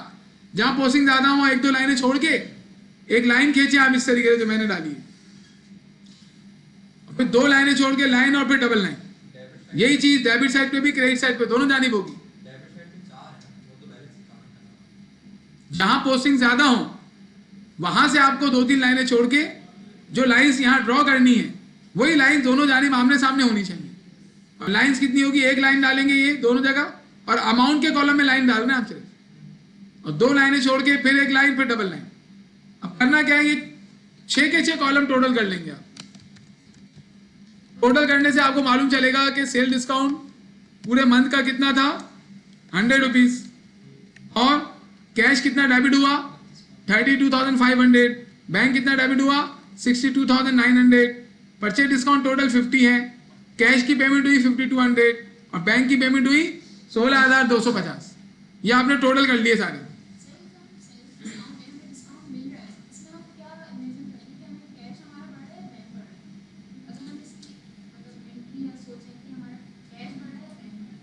नहीं बढ़ रहा ना कुछ भी। सेल डिस्काउंट के अगेंस्ट हमारा ना कैश बढ़ रहा है ना बैंक बढ़ रहा है। हमें लेने थे 5,000, जो कैश मिला, चाहे बैंक में पैसा आया 4,900, वो हमने बढ़ा दिया, बाकी 100 रुपये नहीं मिले ना। डिस्काउंट जब मिलेगा तो वो तो परचेज डिस्काउंट है, तो हमें कैश कम देना पड़ता है। हमें कैश कम देना पड़ता है, ये होता है। जब हम पेमेंट करते हैं तो हमें डिस्काउंट मिलता है ना, तो हमें 50 रुपये कम देने पड़ गए। हमें सप्लायर पैसे थोड़ी दे रहा है, हम उसको कम पैसे दे रहे हैं। इसको क्यों मिस कर रही है? डिस्काउंट मिलने की वजह से कैश थोड़ी मिलेगा हमें। आपका कैश सेव हो जाएगा कि आपको कैश देना नहीं है, तो आपको वो जो खरीदा है आपने वो सस्ता पड़ जाएगा। वो तो आप इस तरीके से कुछ भी सोचते रहे, असल हकीकत ये है कि आपको कैश पे कम करना पड़ रहा है। अब आप इसको घुमाते रहो किसी भी तरीके से, आप बोलो भाई कैश कम के पे करना पड़ रहा है, इसका मतलब है उसने हमें कैश दिया है, मतलब ये क्या है, अजीब सी बात है, ऑकवर्ड। अबे बेटा ऐसे कैसे भी घुमाते रहो तुम। असल बात यही है कि अगर हमने पेमेंट की है और कम पेमेंट की है, उसने हमसे पैसे नहीं लिए हैं, तो हमें कैश कम देना पड़ा है। अब तुम लिखो कैसे घुमाओगे, घुमाते रहो इसको किसी भी तरीके से देखते रहो, लेकिन एंड में यही आएगा कि हमारे पास से पैसे कम गए, खत्म। तो फिर फजूल में अपना दिमाग इधर उधर ऐसी जगहों पे लगाने की जरूरत क्या है जहां से कोई आउटकम नहीं आने वाली। कॉन्सेप्चुअल चीजों पे टाइम लगाया गया, ऐसा नहीं होता। जो ये कैश डिस्काउंट है, ये देने का रीजन ही यही है कि हम जल्दी पेमेंट करते हैं तो हमें डिस्काउंट देता है। हमने आपको बताया था ना कि क्रेडिट टर्म और कैश डिस्काउंट पीरियड होता है। अगर डिस्काउंट पीरियड में पेमेंट कर दें तो हमें डिस्काउंट मिलता है, अगर हमने पेमेंट उसको कर दी तो फिर डिस्काउंट किस चीज का देगा, क्यों देगा हमें, पेमेंट ही कर दी तो उसका हमारा ताल्लुक ही खत्म हो गया। सही है, तो ये डिस्काउंट पेमेंट के बाद नहीं होता। वेलकम। अब देखें क्या करेंगे, कैश बुक में सारे कॉलम को क्या कर लेंगे, टोटल कर लेंगे। थोड़ा भी ये ऑफ करके बोलूंगा, सही है। मेरे पास बहुत सारी चीजें बोलने के लिए, लेकिन मैं जो थोड़ा सा भी बंधा हुआ होता हूं। ओके, तो आप सारे कॉलम्स टोटल कर लेंगे। उसके बाद क्या करना होगा, बहुत आसान काम है, सेल्स डिस्काउंट और परचेज डिस्काउंट, इसको जस्ट आप टोटल लिख देंगे। यानी आप इसको सिर्फ ये जो अमाउंट लिखा हुआ है 100 टोटल, इसको ऐसी कॉपी कर देंगे, कुछ नहीं करना होता इसका कैश बुक में। और ये कोई इंपॉर्टेंट बात नहीं है, इसमें ज्यादा जोर देने की जरूरत नहीं है। बट डिस्काउंट का टोटल आपको ऐसे ऊपर लिखा, आपने यहाँ पर टोटल करके डैश लिखकर इसको दोबारा नीचे टोटल में लिख लेना है। असल में बैलेंस किसको किया जाएगा, कैश को और बैंक को। ये कॉलम क्या शो कर रहा है, कितना कैश इंक्रीज हुआ है 32,500। ये कॉलम क्या शो कर रहा है, कैश कितना पे हुआ है 5200। तो आज हमारे पास कैश कितना है, कैसे मालूम करेंगे हम, ये डेबिट में से क्रेडिट क्या कर लेंगे, लेस, और बैलेंस कर लेंगे जैसे हम लोग अकाउंट को बैलेंस करते हैं। तो कैसे बैलेंस होता था अकाउंट, जो बड़ा अमाउंट है वहां पे लाइन छोड़ के वो टोटल अमाउंट यहां भी कॉपी कर लो, और यही टोटल अमाउंट यहां भी कॉपी कर लें। फिर कम कहां पर है, डेबिट में कम था, क्रेडिट में कम है, क्रेडिट में कम है, कितना कम है, टोटल में से इसको लेस कर लें, यही हमारा बैलेंस होगा 27,300। और इधर आप क्या लिख देंगे, बैलेंस सीडी, और यहां डेट आएगी इस महीने की लास्ट, मार्च 31। ये ऐसे ही हम अकाउंट बैलेंस करते थे। और जहां ज्यादा हो वहां लाइन के नीचे कितना आएगा, लाइन के नीचे वही जो बैलेंस सीडी है, और इसके सामने क्या लिख देंगे आप, बैलेंस बीडी, और यहां डेट क्या आएगी, अगले पीरियड की first, that is April 1। Okay, ये हमने कैश को बैलेंस कर लिया। इसी तरीके से बैंक भी बैलेंस होगा। बैंक इंक्रीज हुआ 62,900 से और डिक्रीज हुआ 16,250 से। तो डेबिट जा रहा है ना, तो डैश लिखकर डेबिट का टोटल यहां भी लिख लेंगे, और यही डेबिट का टोटल यहां हम क्रेडिट में भी कॉपी कर लेंगे। अब कम कहां पर है, क्रेडिट में, कितना कम है, टोटल अमाउंट में से इसको लेस कर दें, ये हमारा बैलेंस सीडी बन गया। और यही बैलेंस सीडी डेट वगैरह पहले से लिखी हुई है वहां पर, ये कॉपी कर देंगे, ये अकाउंट हमारा बैलेंस हो गया। इस तरीके से कैश बुक को बैलेंस किया जाता है। इसके अलावा कैश बुक में एक काम और भी है, वो हम देखेंगे, लेकिन उससे पहले इनाम की कैश बुक को हम क्या करते हैं, बैलेंस। कैसे बैलेंस होगा, करके दिखाऊं या डायरेक्ट कर दूं,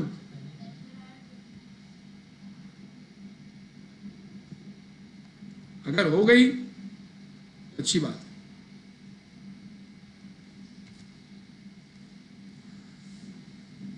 तो ये देखिए बैलेंस, लेकिन डेट हमें चेंज करनी पड़ेगी।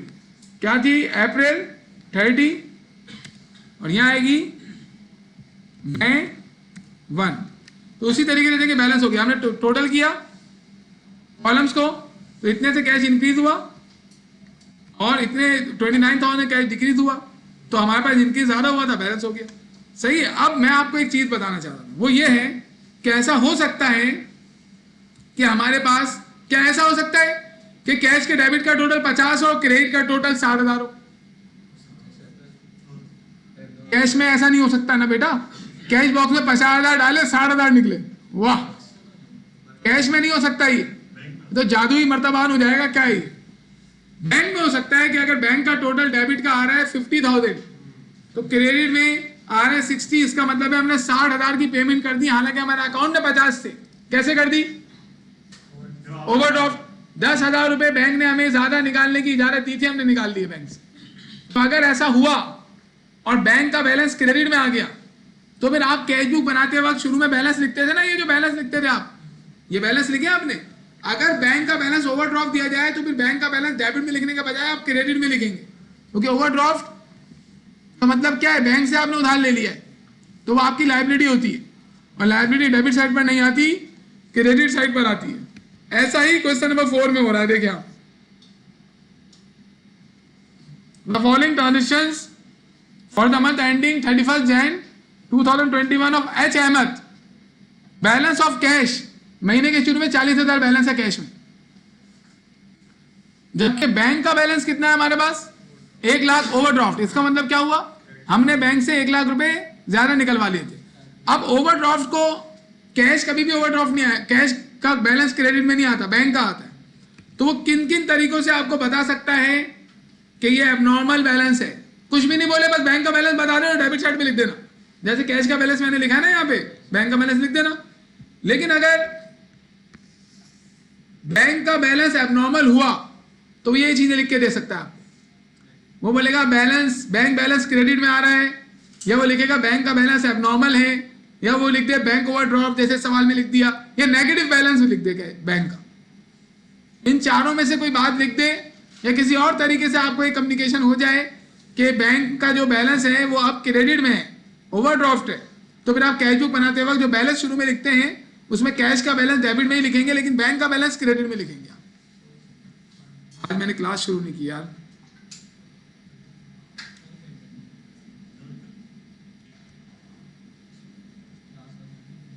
ओके, अब देखें, ये हम लोग इस कैश बुक को कंस्ट्रक्ट करते हैं, बाकी चीजें वही हैं इसमें, जस्ट आपको बैलेंस लिखते वक्त काम करना है। जब भी क्लास शुरू हो ना बेटा, क्लास स्टार्ट करने का मुझे बोला करें कि पहले क्लास स्टार्ट करें फिर क्लास स्टार्ट करें, पहले सॉफ्टवेयर पे क्लास स्टार्ट करें पोर्टल पे। जी 2021 Jan 31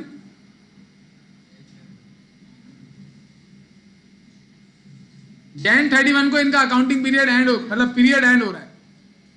तो ये कह रहा है, देखिए नीचे, enter the opening balances on January 1 2021, और फिर सारी ट्रांजेक्शन को रिकॉर्ड करो।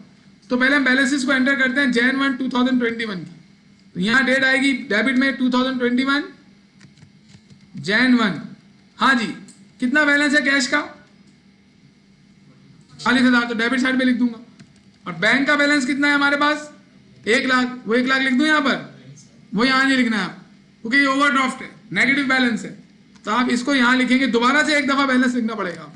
2021 Jan 1, और यहाँ आ जाएगा बैलेंस BD, और यहाँ भी balance BD। Beginning balances balance BD होते हैं, यू नो इट। कितना आएगा यहाँ पर 1 लाख बैंक में। अब स्टूडेंट क्या कह रहा है, सर ये नेगेटिव बैलेंस है, मैं ऐसे ब्रैकेट लगाऊंगा। तो भाई नेगेटिव बैलेंस डेबिट में लिखने के बजाय क्रेडिट में लिख तो दिया, ब्रैकेट की जरूरत नहीं है आप, सही है, ओके। अब आप सारी ट्रांजेक्शन रिकॉर्ड कर लें। पहली क्या है, receive for cash sales, merchandise बेची कैश पर और रिसीव हो गया पैसा, रिसीट साइड पर आएगी पेमेंट साइड पर। अब आएंगे रिसीट साइड पर, डेट क्या है हमारे पास, डेट है 2, कैश में लिखेंगे कितना 60,000, क्योंकि कैश से रिसीव हो रहा है, और एंट्री क्या बनेगी, कैश डेबिट सेल्स क्रेडिट, सामने आ जाएगा सेल्स, ये हो गया। अगली ट्रांजेक्शन क्या है, हमने 15,000 रिसीव किए ए बशीर से और बैंक में जमा भी करवा दिए, और उसको 1,000 रुपये का डिस्काउंट भी दिया है, और उसका 16,000 का अकाउंट सेटल हो गया। 16 लेने थे, 15 लिए, 1 का डिस्काउंट दे दिया, पूरा एक्सप्लेन ही कर दिया उसने। तो मुझे बताएं, रिसीव हो रहा है, पेमेंट हो रही है, और रिसीव हो रहा है, चेक रिसीव हो रहा है, जमा भी करवा दिया बैंक में। आप डेट पहले लिखेंगे ना, क्या डेट है 3 जी। बैंक में कितना बढ़ाऊंगा 15,000, और 1,000 रुपये सेल डिस्काउंट, और सामने हम लिखेंगे अकाउंट। अब ये कैसे अकाउंट रिसीवेबल आ रहा है, आपको बताया है कि आप एंट्री बनाएंगे और टाइटल लिखेंगे, क्या था, ए बशीर। इसके बाद चले आगे, मिस्टर अली, हम कौन है, हम है चेयरमैन है, क्या लिखा हुआ है, मिस्टर अली ने अपने अकाउंट को सेटल कर दिया, तो ये मिस्टर अली ने सेटल किया है, सेटल मतलब पेमेंट करना, तो मिस्टर अली ने पेमेंट किया तो किसको पेमेंट की होगी उसने, हमें पेमेंट की होगी, तो हमने तो रिसीव किया होगा ना, हमने पेमेंट थोड़ी की है। मिस्टर अली सेटल घुमा के दिया इन्होंने ट्रांजेक्शन, क्योंकि बच्चों को याद करवा दिया जाता है, सेटल लिखा हुआ आ जाए, इशूड लिखा हुआ आ जाए, ड्रॉ लिखा हुआ आ जाए तो पेमेंट हो रही है, बच्चों ने याद कर लिया। और फिर यहाँ पे लिखा हुआ आ गया for example mister Ali issued cheque, तो मिस्टर अली ने चेक इशू किया है, हमने थोड़ी किया, हम मिस्टर अली थोड़ी, तो हम तो रिसीव करेंगे। तो सर वो बोले सर हो सकता है हमने नहीं किया हो, किसी और ने किया हो, तो भाई हमारे क्वेश्चन में दिया जा रहा है ना, तो एजम्पशन ये होगी हमने ही किया होगा। Mister Ali settle is account of 18,000, 18,000 रुपए का अकाउंट था, सेटल कैसे हुआ, 3,000 रुपए डिस्काउंट के बाद। He made his payment by cheque which was deposited into the bank. 15,000 रुपए आएंगे हमारे पास, क्योंकि 18,000 का हिसाब किताब था, 3,000 डिस्काउंट के बाद उसने पे किया है, तो रिसीट साइड पर आएंगे हम, पेमेंट साइड पे नहीं आएंगे। डेट क्या है 4, रिसीट साइड पर आएंगे, क्या बढ़ाऊं मैं, बैंक, डिपॉजिट भी हो गया, कितना बढ़ाऊं 15,000, और 3,000 का आपके पास डिस्काउंट आ जाएगा, और यहां सामने क्या लिख देंगे आप, अकाउंट रिसीवेबल, क्या नाम था, एम अली। ओके, इसके बाद कॉन्ट्रा नहीं है, ये भी पेड क्रेडिटर एम यूसुफ, हमने किया है पेड, किसको, क्रेडिटर को, यूसुफ को 12,500 पे किए चेक की मदद से, and receive a discount of 500, 13,000 रुपए देने थे हमें, सब लिख दिया इन्होंने। तो पेमेंट साइड पर आएगी, रिसीट साइड पर आएगी, पेमेंट किसकी हो रही है, चेक, कैश की, बैंक की, बैंक की, तो 5 तारीख यहाँ लिखेंगे, कितने की पेमेंट हो रही है बेटा, चेक की मदद से 12,500, बैंक कम करेंगे और 500 डिस्काउंट, क्या एंट्री बनेगी, अकाउंट पेबिल आएगा, अकाउंट पेबिल, क्या नालो है, यूसुफ, एम यूसुफ।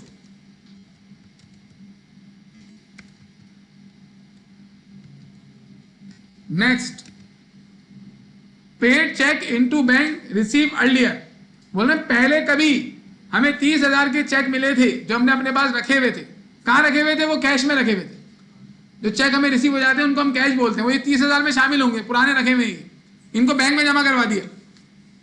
हाँ जी बताइए, कहां रिकॉर्ड होगी, पेमेंट साइड पे, रिसीव साइड पे, हमने पे किए हैं, क्या पे किया हमने, देखो बेटा जो चेक हमने पहले रिसीव करके रखे हुए होते हैं ना, वो कैश होते हैं, उनको हमने कैश के तौर पर अपने पास लिखा हुआ होता है, अब हम वो बैंक में जमा करवा रहे हैं, तो हमारे पास उनको हमने कैश के टाइटल से लिखा हुआ है, अगर हम उसे बैंक में जमा करवाएंगे तो क्या होगा, कैश बढ़ेगा, चल उनको देगा ना, आपको बोलना नहीं चाहिए था, मैं उनसे पूछ रहा था, बहरहाल आपने बोल दिया, एक ही बात है, इन्होंने बोल दिया, इनको बोलना नहीं चाहिए। कैश कम होगा क्योंकि आपने उनको कैश लिखा हुआ था, और बैंक बढ़ेगा क्योंकि आपके अकाउंट में पैसे आ जाएंगे। तो ये कहां रिकॉर्ड होगी, पेमेंट साइड पे, रिसीट साइड पे, हाँ दोनों साइड पे कर रही हैं, तो क्यों भाई, दोनों साइड पे क्यों रिकॉर्ड होगी, पेमेंट और रिसीट साइड दोनों साइड पे क्यों रिकॉर्ड होगी, कैश और बैंक दोनों है, पहली शर्त। दूसरी शर्त क्या थी कि एक डेबिट हो रहा है, एक क्रेडिट हो रहा है, और एक क्रेडिट हो रहा है, एक डेबिट हो रहा है, तो कॉन्ट्रा एंट्री हो गई ना, एक की पेमेंट हो रही है, कैश की पेमेंट हो रही है, बैंक रिसीव हो रहा है, तो कॉन्ट्रा हो गई है। ये दोनों जाने की रिकॉर्ड होगी 30,000 से, क्या डेट है 6, तो 6 को पहले पेमेंट साइड पर आऊंगा मैं। हाँ अनिश बा, किस चीज की पेमेंट करवाऊं,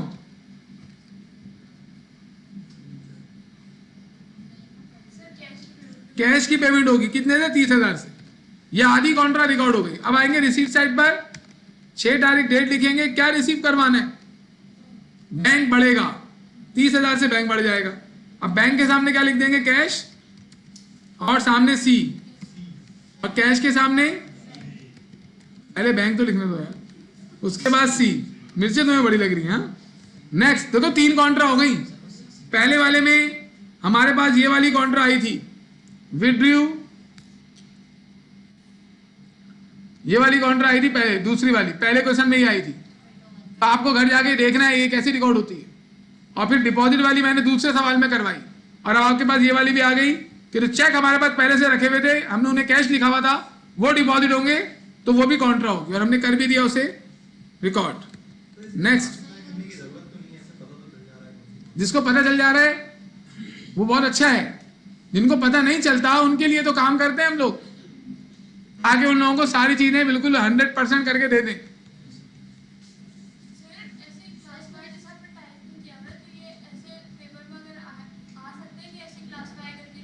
कुछ भी आ सकता है पेपर में, तो बेटा पेपर में तो कुछ भी दे सकता है, आपको चीज आती है तो आप कर लेंगे।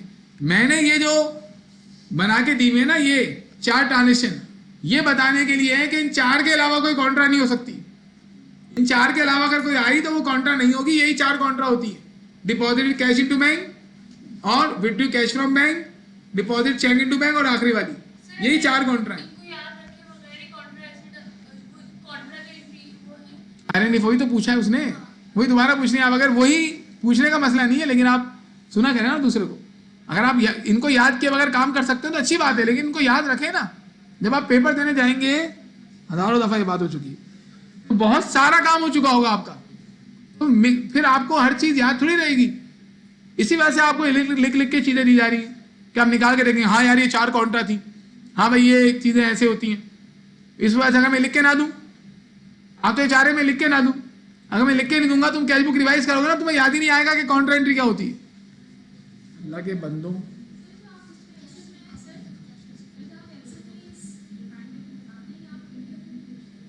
पीडीएफ में नहीं, ये तो मैं भेजूंगा ना, ये तो ये तो मौजूद है इसमें। नहीं नहीं, वो सब मैं अपलोड करता हूँ ना, है ना, सब मैं अपलोड कर देता हूँ।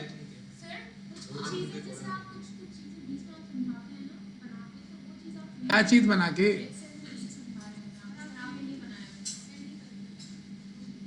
ग्रुप में सेंड नहीं करता मैं, क्योंकि ग्रुप में सेंड करने का फायदा नहीं है। मैंने आपको लिंक बता दिया, वहां जाए और जो जो चीजें चाहिए डाउनलोड कर लो। अगर कोई भी चीज मैंने क्लास में करवाई हुई हो और मैंने अपलोड नहीं की तो आप दोनों देखकर मुझे बता दिया करें, सर ये चीज भी अपलोड कर दें आप लोग। तो लास्ट क्लास का काम मैंने सारा अपलोड कर दिया था रात में।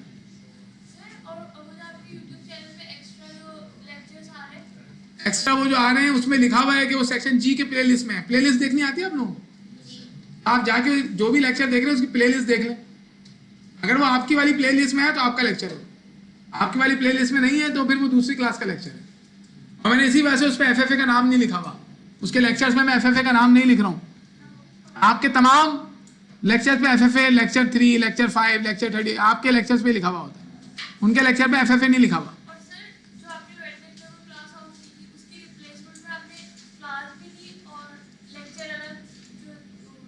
नहीं, क्लास लेके वही लेक्चर हमने अपलोड किया है।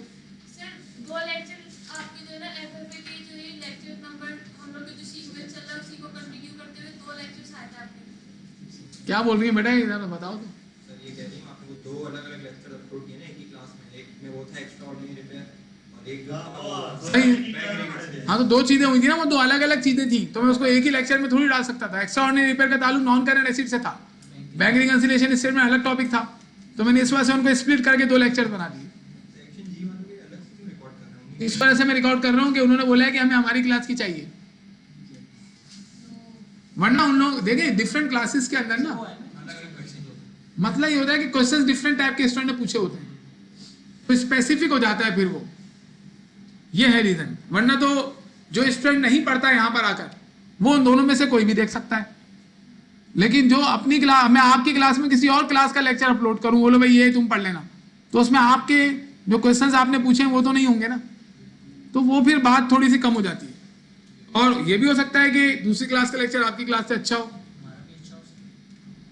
अगर आपका अच्छा है तो वो तो हो गया ना, अगर हो दूसरी क्लास का आपसे अच्छा है तो फिर प्रॉब्लम है। अंकल है यार तू तो। जी भाई, अभी से जो है इसे घुटनों में अकल चली गई। पेड वेजेस बाय कैश, हाँ बेटा यहाँ पर आ जाए तो तुम देख लेना, अगर कोई चीज कम हो तो मुझे बता देना। अगर कोई चीज कम होती है और वो मैंने नहीं की हुई ना तो आप मुझे बताएंगे तो मैं उसका स्नैपशॉट लेके वगैरह भेज दूंगा आपको, कोई मसला थोड़ी है। ये तो सारा आपके लिए कर रहे हैं, अपने लिए थोड़ी कर रहा हूँ। Paid wages by cheque cash, हाँ भाई पेमेंट हो रही है, रिसीव हो रहा है, पेमेंट हो रही है तो आप आएंगे पेमेंट साइट पर और क्या नाम था, एच अहमद, पेमेंट साइट पर डेट लिखेंगे 7 और किस चीज की पेमेंट हो रही है? अरे बेटा कैश की या बैंक की? कैश की, ये बताएंगे ना आप जब भी मैं पूछूं। 11,000 जी। क्या एंट्री बनेगी? तो कैश तो क्रेडिट कर दिया, सामने आ जाएगा वेजेज एक्सपेंस। अकाउंटिंग हो या कोई और सब्जेक्ट हो, अगर आप उस पर उसके ड्यू मेहनत करते हैं तो ही आप उसमें एक्सेल कर सकते हैं, वरना नहीं कर सकते। पहले अकाउंटिंग नहीं भी पढ़ी ना तब भी आप एक्सेल कर सकते हैं, लेकिन अगर आप मेहनत ही नहीं कर रहे, घर पे आके चीजों को देख रहे नहीं है, पुरानी चीजें आपको आती नहीं है, तो आप देखें कैश बुक में आप एंट्री नहीं बता सकेंगे। ये है चक्कर। कैश बुक डिपेंड करे ना एनालिसिस पे। ड्रू कैश, ड्रॉ कैश और personal use of proprietor, drawing हो गई नहीं? हाँ, तो पेमेंट साइड पर रिकॉर्ड होगी, रिसीट साइड पर। पेमेंट साइड पर डेट लिखेंगे और कितने का चेक ड्रॉ किया है? 1,000 रुपए कैश ड्रॉ किया है, तो 1,000 रुपए कैश में लिखेंगे। सामने क्या आ जाएगा? ड्राइंग। क्या नाम है? H Ahmed. Next, draw from bank for office use. बेटा अभी मेरे पास तकरीबन 10-12 ऐसे स्टूडेंट्स हैं जो मुझे नहीं मालूम कौन है वो, लेकिन उन्होंने मुझे मैसेज किए और वो मुझसे क्वेश्चंस पूछते हैं हैंडआउट में से निकाल के कि सर ये वाला क्वेश्चन का हमने ये सोल्यूशन किया है, क्या ये सही किया है? और डिफरेंट कॉन्सेप्चुअल सवाल पूछते हैं, मैंने उनको आज तक देखा भी नहीं है। समझ में आ रही है? मेरे कहने का मतलब ये है कि आप लोग मेहनत करें थोड़ी। जो जिन लोगों ने अभी मुझे क्वेश्चंस के आंसर नहीं दिए थे, जिन लोगों ने आंसर दिए दे आर गुड, जिन लोगों ने क्वेश्चन के आंसर नहीं दिए थोड़ी सी मेहनत बढ़ाएं। जो मुझसे कभी मिला नहीं है वो मुझसे सवाल पूछ के चीजें सीख रहा है, तो आप लोग तो यहाँ मौजूद हैं फिजिकल।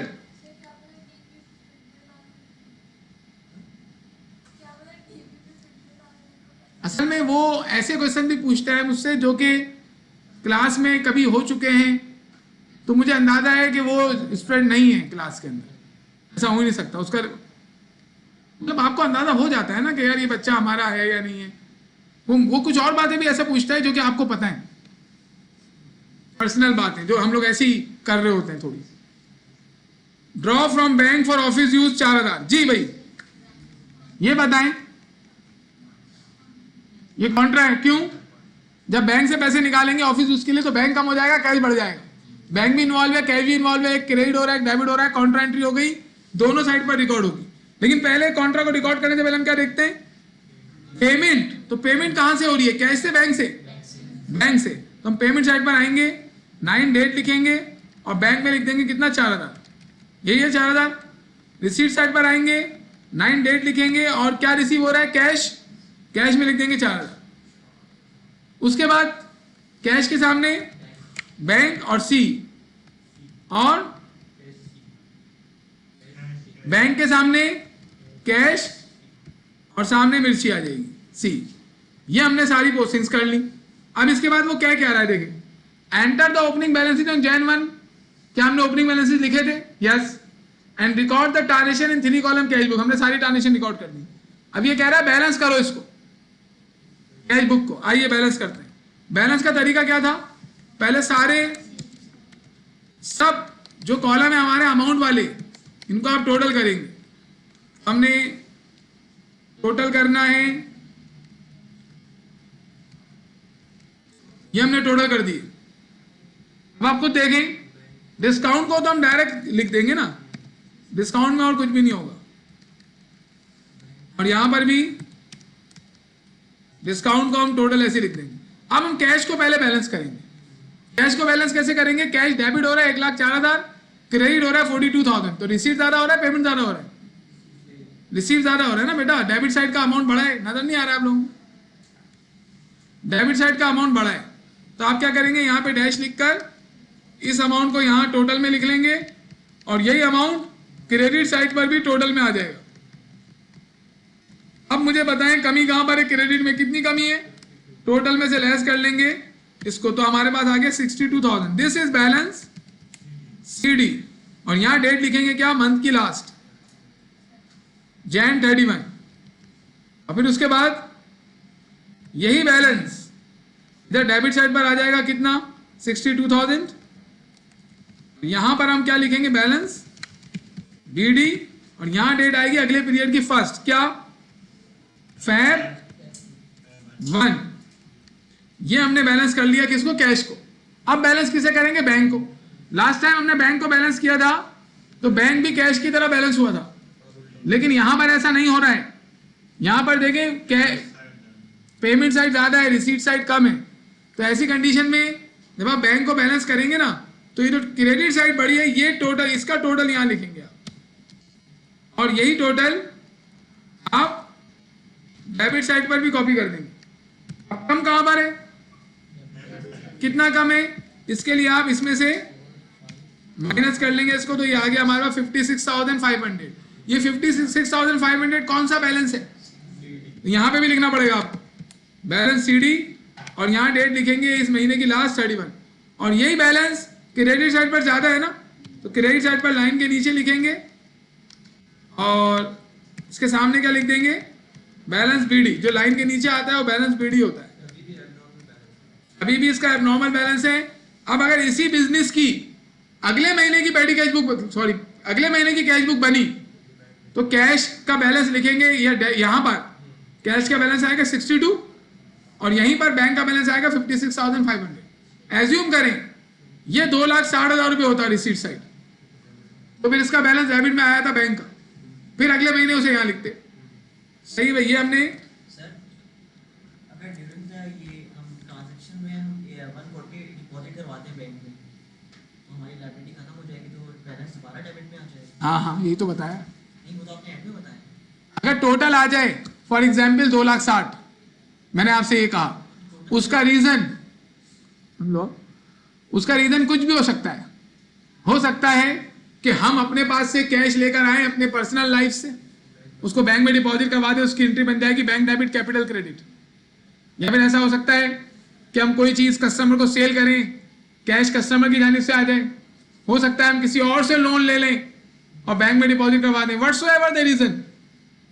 अगर ये टोटल ज्यादा आ गया डेबिट साइड वाला तो इसका बैलेंस वापस डेबिट में आ जाएगा।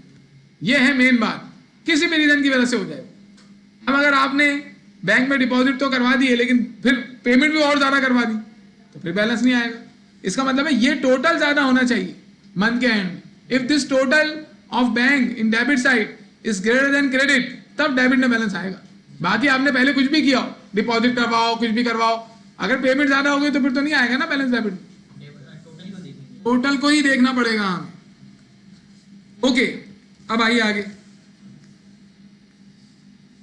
ये देखें आप, क्वेश्चन नंबर 3, 3 कॉन्ट्रैक्ट डिस्कस हो चुकी है। क्या, deposit cash into bank, deposit और withdraw cash from bank for office use, और चेक डिपॉजिट करवाने। अच्छा, ट्रांजेक्शन में बोल रहा हूं, इसको बताएंगे कॉन्ट्रा है या नहीं। Sold merchandise on cash, sold merchandise to customer and receive a cheque, deposit into bank, क्या कॉन्ट्रा है? ये कॉन्ट्रा क्यों नहीं है? क्योंकि जो कैश हमें, जो भी हमें मिला कस्टमर से, उसको हमने पहले रिकॉर्ड किया ही नहीं है, वो डायरेक्ट बैंक में डाला जा रहा है। अगर मैं लिखूं sold merchandise on cash and deposited the same into the bank on the same day, हालांकि कैश हमारे पास आया है लेकिन इस कैश को तो उसी दिन हमने रिकॉर्ड ही नहीं किया होगा ना, वो आया और हमने बैंक भिजवा दिया, तो हम कैश को बढ़ाने के बजाय डायरेक्ट बैंक ही बढ़ा रहे होंगे, तो एंट्री क्या बन रही होगी? Bank debit sales credit. तो इसमें तो कैश और बैंक दोनों आ ही नहीं रहे। अब स्टूडेंट देखेगा sold merchandise on cash and deposit into bank, तो बोलेगा यार ये तो कैश डिपॉजिट हो रहा है बैंक में, और सर ने बताया था कैश बैंक में डिपॉजिट हो तो कॉन्ट्रा होती है। लेकिन वो कैश बैंक में जो डिपॉजिट हो रहा है ना, वो सिर्फ सोलली कैश ही डिपॉजिट हो रहा होगा और कुछ और नहीं हो रहा होगा उसमें। वो तो फिर अलग होगा ना, उसमें थोड़ी होगा उस ट्रांजेक्शन में, वो तो अगली ट्रांजेक्शन आ रही होगी। अगर एक ही में लिख के दे देता है तो फिर वो एक ट्रांजेक्शन नहीं होगी ना बेटा, डेट लिखी होती है ना ट्रांजेक्शन में, तो उसी में लिख के नहीं देगा वो। किसी भी तरीके से अगर तुम्हें ये मालूम चल गया ना कि उसी दिन जमा करवा दिया है, व्हाट्सएवर द वे, बस फिर तुम क्या करोगे? कॉन्ट्रा नहीं होगी। अगर आपने सिर्फ किसी डेट में सिर्फ अकेले आप कैश ही जमा करवा रहे हो बस, या पहले से वो कलेक्ट करके रखा हुआ था आपने, तो उसको कॉन्ट्रा में डाल सकते हैं। इन शॉर्ट आसान तरीका क्या है, एंट्री बना के देख लो। अगर एंट्री बनाई और बैंक डेबिट और कैश क्रेडिट या कैश डेबिट और बैंक क्रेडिट हो रहे हैं तो कॉन्ट्रा होगी, अदरवाइज नहीं होगी। अब अगर sold merchandise on cash deposit into bank ये ट्रांजेक्शन हो और कोई इसकी एंट्री कैश बैंक दोनों ला रहा हो, तो उसको चाहिए कि दोबारा से एफएफए पड़े। अगर मैंने मर्चेंडाइज बेची कैश पर और कैश उसी दिन बैंक में जमा करवा दे तो इसकी एंट्री डायरेक्ट क्या बनानी चाहिए हमें, बैंक डेबिट सेल्स क्रेडिट। इसमें कोई कैश इन्वॉल्व नहीं है तो कॉन्ट्रा नहीं हो सकती है। क्वेश्चन नंबर 3 में आ जाए। जुलाई 1 2012 को ओरिएंट ट्रेडर के पास कैश था 24,800 और बैंक था उसका HBL, उसमें कितना बैलेंस था 36,980, 36,980 रुपीज। इसका एक बैंक था HBL। देखिए बैंक का नाम ले रही है, इसका रीजन है नीचे एक और बैंक है। क्या हमारे एक से ज्यादा बैंक हो सकते हैं? अगर हमारे 3-4 बैंक हैं तो कैश बुक के अंदर एक बैंक के कॉलम की जगह पे सारे बैंक आएंगे। फिर जैसे अभी मैं आपको दिखाता हूं यहाँ पर, ये देखिए आप, इसकी मैंने स्केचिंग की हुई है। इसमें हमारे पास 2 बैंक हैं, अभी हम क्वेश्चन में पढ़ेंगे तो बैंक के एक कॉलम की जगह पे 2 बैंक के कॉलम आ गए। 4 बैंक होते तो फिर 4 बैंक के कॉलम आते। कैश के अंदर भी ऐसा हो सकता है, इंडियन करेंसी भी पड़ी हुई है, पाकिस्तानी करेंसी भी पड़ी हुई है, अमेरिकन डॉलर भी पड़े हुए हैं, तो कैश के भी कॉलम पड़ सकते हैं। तो नाम ही लिख सकते हैं, जैसे इसमें करते थे प्राइम लिख के आगे नाम लिख देते थे, इधर ये बैंक लिख के आगे हमने बैंक का नाम लिख दिया, डिस्क्रिप्शन बैलेंस नहीं। हमें पता नहीं चलेगा ना बैंक का सेपरेट रिकॉर्ड। कैश बुक का मकसद क्या है, हमें सेपरेट रिकॉर्ड रखना है। लेकिन अगर आपकी किसी आप नहीं चाहते इस तरीके से तो आप एक कॉलम बना लें, लेकिन नॉर्मली लोग ऐसा करेंगे नहीं। जिनके 2 अकाउंट है 3 अकाउंट है वो अलग अलग कॉलम बनाएंगे। कॉलम ऐड करने में क्या जा रहा है? सर लेकिन ये 3 कॉलम कैश बुक तो नहीं कहलाएगी। नहीं, अब ये 4 कॉलम कैश बुक हो गई। 4 कॉलम हो गए ना अमाउंट लिखने के। अब अभी 3 कॉलम कैश बुक नहीं है बेटा। जब शुरू में कैश बुक बनना शुरू हुई तो सिर्फ एक ही कॉलम होता था कैश का, बस उसमें सिर्फ कैश डेबिट कैश क्रेडिट होता था। डिस्काउंट का भी कोई कॉलम नहीं था और बैंक का कॉलम भी नहीं था। फिर उन्होंने बैंक का कॉलम इंट्रोड्यूस करवाया, 2 कॉलम कैश बुक हो गई। फिर सेल डिस्काउंट का कॉलम आ गया, 3 कॉलम कैश बुक हो गई।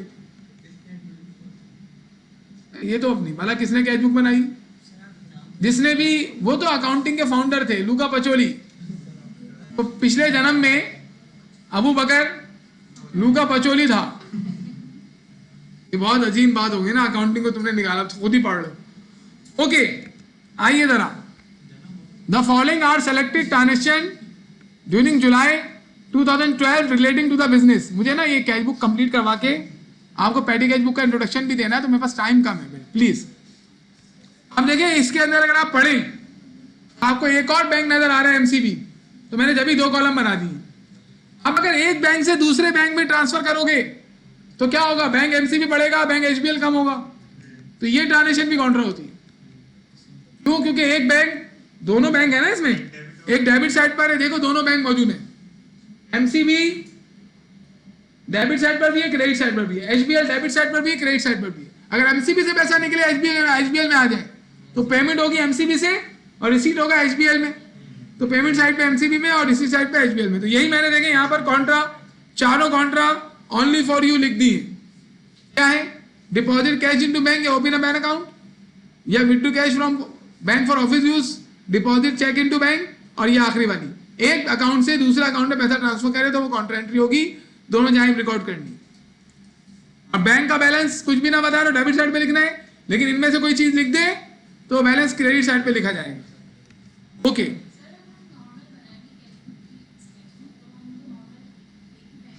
आप क्वेश्चन पढ़ेंगे, एक सेकंड में पढ़ लेंगे आप क्वेश्चन, देखते ही आपको नजर आ जाएगा।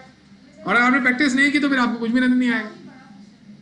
कितना बड़ा क्वेश्चन देगा यार, क्या इससे बड़ा क्वेश्चन नहीं देगा आपको, कितना बड़ा क्वेश्चन दे देगा। आपको पेपर में टाइम लिमिट भी तो है ना बेटा, एक टाइम होता है उसके अंदर आपको क्वेश्चन सॉल्व करना होता है। 2-3 पेज पर कैच बुक थोड़ी ही दे देगा।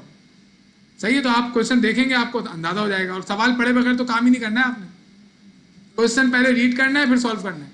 अब अपनी स्पीड बढ़ाए ना, ये स्पीड MCQs के अंदर उसके लिहाज से डाटा होगा। MCQs में ये क्वेश्चन भी आ सकते हैं। क्वेश्चन तो आ सकते हैं, कैसे आएंगे अब ये तो एग्जामिनर आपके साथ क्या करने वाला है ये डिपेंड करता है। सही है, लेकिन कोई सा भी सवाल हो डाटा उसमें वो भरपूर दे सकता है आपको, चाहे शॉर्ट क्वेश्चन हो, लॉन्ग क्वेश्चन हो, MCQs हो, कुछ भी डाटा अगर आपको दे देता है। लॉन्ग MCQ आया फॉर एग्जाम्पल, कॉन्ट्रा एंट्री क्या होती है, 4 ऑप्शन दे दी, तो ये तो देख के सॉल्व करने वाला है, इसमें आपको कैलकुलेशन थोड़ी करनी पड़ेगी। लेकिन कैलकुलेशन वाला भी तो आ सकता है MCQ, कि वो आपसे बोले कि भाई अकाउंट रिसीवेबल का बिगनिंग बैलेंस ये था, अलाउंस फॉर बेटर सा बिगनिंग बैलेंस ये था, साल के दौरान ये ट्रांजेक्शन हुई, बैड डेट्स की ये परसेंटेज है, बैड डेट्स कितने से रिकॉर्ड होगा ये बताओ। अब आपको इसके लिए तो कैलकुलेशन करनी पड़ेगी सारी। एमसीक्यू है, कैलकुलेशन करके सॉल्व करना पड़ेगा। तो कुछ एमसीक्यू ऐसे मिलेंगे आपको इसमें आपको कैलकुलेशन करनी पड़ेगी, तो बाकी में टाइम बचेगा ना आपका। बाकी वो आपसे पूछ रहा है कि बताओ इनमें से कौन सी बुक ऑफ प्राइम एंट्री है, सेलेक्ट करो। तो उसमें दिया हुआ है कैश बुक एक, और दूसरा लिखा हुआ है जनरल लेजर, सबसे लेजर और ट्रायल बैलेंस। तो आप बोलेंगे कैश बुक, इसमें टाइम नहीं बचा आपका। तो वहाँ उसे पता है कि आपको कितने बैलेंस करके क्वेश्चन देने। आप उसे अटेम्प्ट करेंगे, उसके आगे बढ़ जाएंगे, फिर सबमिट करवा के फिर अगले पेपर की तरफ चले जाएंगे। अभी आपकी सिमुलेशन होगी, उसमें आपको बताएंगे डिटेल्स। एमसीक्यू जब सॉल्व कर लो तो उसको आपने सबमिट अगर कर दिया तो हो गया। तो अब उसे पढ़ने पहले टाइम होता है अच्छा खासा, पेपर के अंदर अच्छा खासा टाइम है। पहले जब राइटिंग में पेपर होते थे ना तब होता था मामला, अब तो कंप्यूटर बेस्ड पेपर है। राइटिंग में जब पेपर होते थे तो पूरा आईसीए में फील्ड होता था स्टूडेंट से, लाइब्रेरी के अंदर भी चेयर्स लगी हुई थी। अब तो आसान हो गया, शिफ्टों में आ रहे हो तुम लोग, पेपर दे रहे हो, तो इतना प्रॉब्लम नहीं है। अब है तुम लोग की सिमुलेशन अभी तो नहीं है, तुम लोग पेपर नहीं दे रहे ना अभी। कौन पेपर दे रहा है? हाँ, तो पेपर तो आप फैब में देंगे तो उससे पहले आपकी सिमुलेशन हो जाएगी। उससे पहले आप तैयारी करें। जैसे ये बच्चा एमसीक्यूज देख रहा है पीआरसी की बुक से, लेके भी आया था मेरे पास, तो आप लोगों को भी चाहिए पीआरसी की बुक से, अपने सेरी टेक्स्ट से जो चैप्टर्स पढ़ लिए उसके एमसीक्यूज करें, और जो फंस रहे हैं लाके मुझे दिखाएं कि सर ये इस एमसीक्यू में क्या ये आंसर है, क्यों है। जो चैप्टर पढ़ लिए उसको तो करें, जैसे रिसेबल का करें, डेफिनेशन का करें, इन्वेंट्री का करें, अकाउंटिंग साइकिल का सारा, income statement, balance sheet, closing entry वगैरह वगैरह। इसके अलावा बैंक रिकंसिलिएशन का सारा करें। और अभी हम लोग ये पढ़ रहे हैं कैश बुक, पेटी कैश बुक पढ़ेंगे, इन सब का करें। जो जो हो गए उनका तो करें। इसको करवा दूं क्योंकि मुझे पेटी कैश बुक भी करवानी है, फिर उसके बाद आप मुझसे क्वेश्चन पूछिए।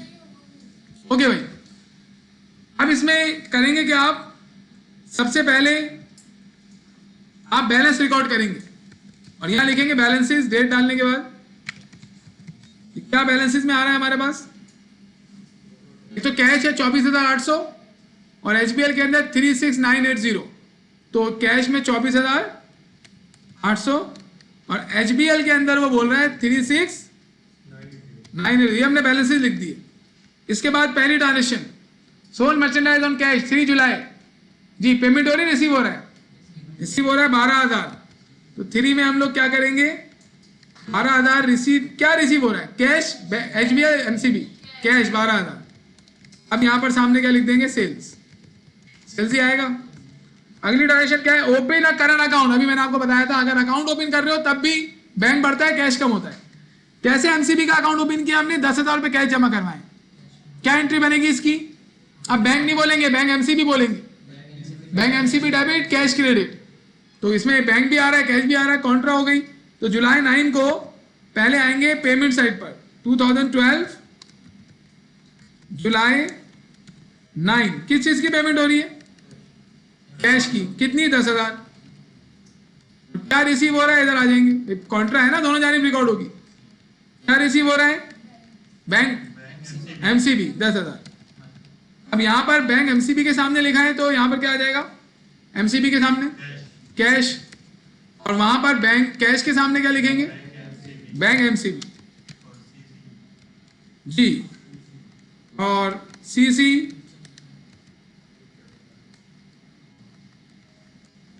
पोस्ट रेफरेंस में लिख देंगे। इसके बाद आगे चलें, receive a cheque for 20,000 from a customer, the cheque was deposited in the HBL on the same day.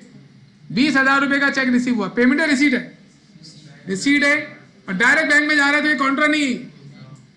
भी अगर चेक लेके रख लेते अभी तो वो कैश में डाल देते, फिर बाद में दूसरी डेट में डिपॉजिट करवाते तो वो दूसरे दिन में तो डिपॉजिट करवाते ना, वो वाली कॉन्ट्रा हो जाती।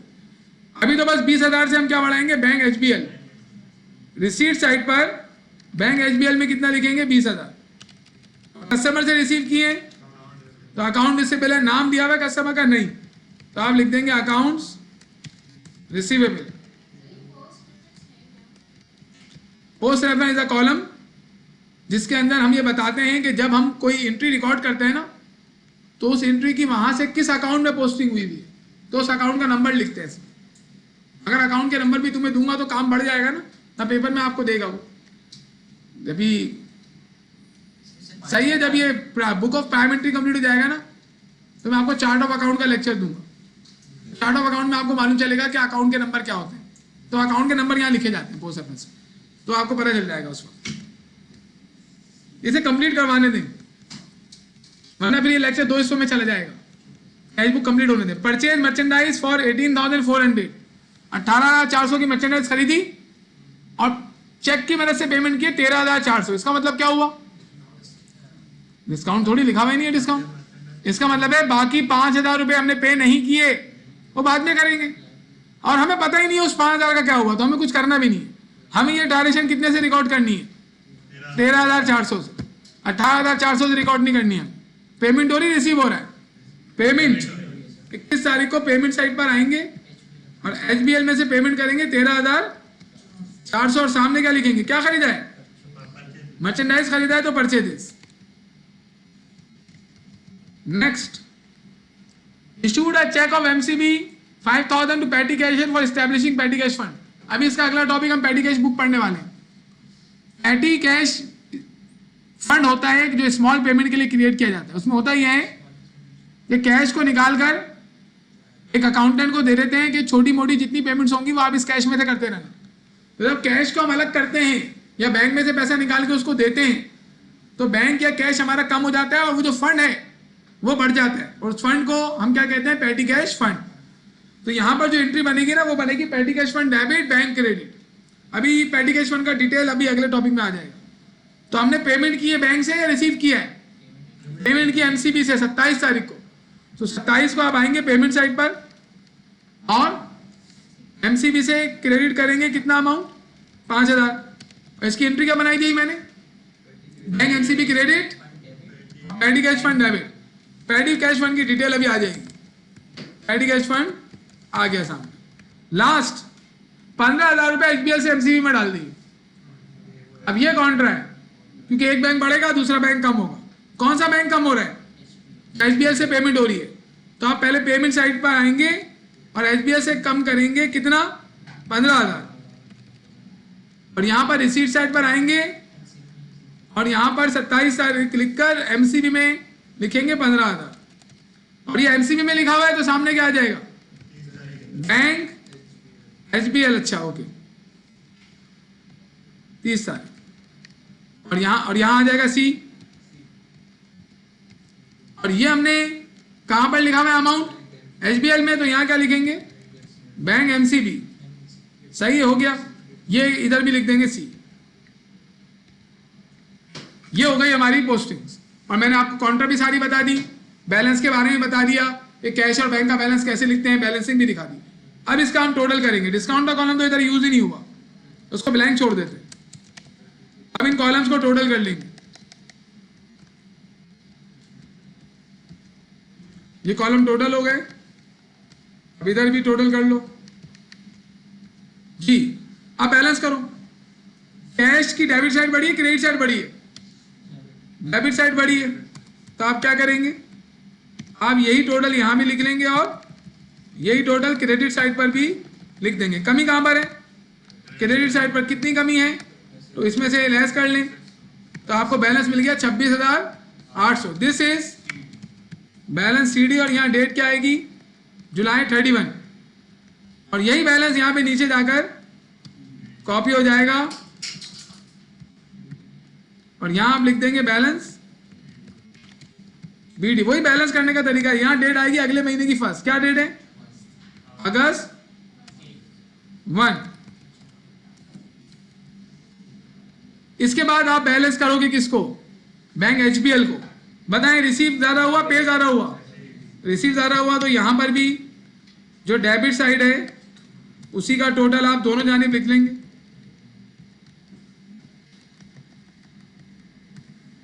और कमी कहां पर है? क्रेडिट में कितनी कमी है? यहां पर आप यही बैलेंस आ गया हमारा और यही बैलेंस यहां पर कॉपी हो जाएगा। वही तरीका है। एक और बैंक को हमें करना पड़ेगा बैलेंस जी।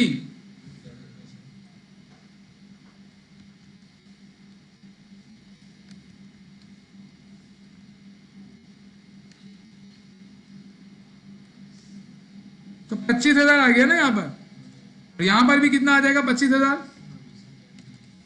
और यहाँ बैलेंस आ जाएगा 20,000, और यही 20,000 आगे कॉपी हो जाएगा। सही, तो देखें ये हमारा बैलेंस हो गया। अब इसमें एक चीज रहती है,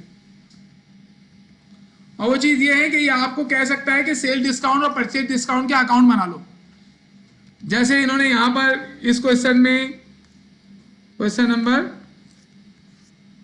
4 में हमें बोला है, देखें पढ़े, बोल रहा है set up T accounts for sale discount और purchase discount and post the total of discount column of cash book.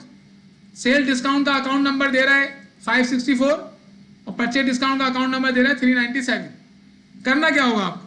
कुछ भी नहीं करना है, जस्ट लेजर ओपन करो। जैसे कौन से वाले का था ये? 4th क्वेश्चन का था। 4th क्वेश्चन किसका था? एच अहमद का। लेजर ओपन करो और यहां लिख दो कि हम अकाउंट बना रहे हैं किसका? पहले सेल्स डिस्काउंट। अच्छा, सेल डिस्काउंट को हम डेबिट में क्यों लिखते हैं? कि सेल डिस्काउंट बढ़ता है तो डेबिट होता है। अब यहां पे आप अकाउंट नंबर लिख दें। अकाउंट नंबर कितना था? 564। ये कोने में अकाउंट नंबर लिख देते हैं। अब ये अकाउंट नंबर कैसे आया, कैसे बनाते हैं अकाउंट नंबर? ये चार्ट ऑफ अकाउंट के अंदर मैं आपको बताऊंगा कैसे होता है। अब करना क्या है? सेल डिस्काउंट का जो टोटल है, टोटल कितना है? 4,000। अब कब किया था ये टोटल? हमने महीने के लास्ट में। इसको आप सेल डिस्काउंट के अकाउंट में डेबिट में लिखेंगे। डेबिट में क्यों लिखेंगे? सेल डिस्काउंट डेबिट होता है। और कब लिखेंगे? मंथ के लास्ट में, और टोटल से लिखेंगे। इंडिविजुअल पोस्टिंग कितनी कितनी है? 1,000, 3,000, इससे नहीं होगा, टोटल से होगा 4,000 से। भाई इसमें यही तो चीज चेक करता है वो आपके। 4,000 लिखकर यहां लिखेंगे हम कहां से लेके आए इसको? कैश बुक से, सीबी। और यहां पर डेट आ जाएगी क्या? 2021 जैन। हाँ, पोस्टिंग के बाद शॉर्ट फॉर्म लिखी जा सकती है। इसको बैलेंस कब करेंगे? जब हमारे पास सेल डिस्काउंट का और टोटल हो, कर सकते हैं बैलेंस। सेल डिस्काउंट कहीं और तो नहीं आता, सिर्फ हम लोग जब कैश कलेक्ट करते हैं उसी टाइम आता है। इसको आप बैलेंस कर सकते हैं, यही इसका बैलेंस होगा। लेकिन करने की जरूरत नहीं है, उसने सिर्फ पोस्ट करने का बोला है।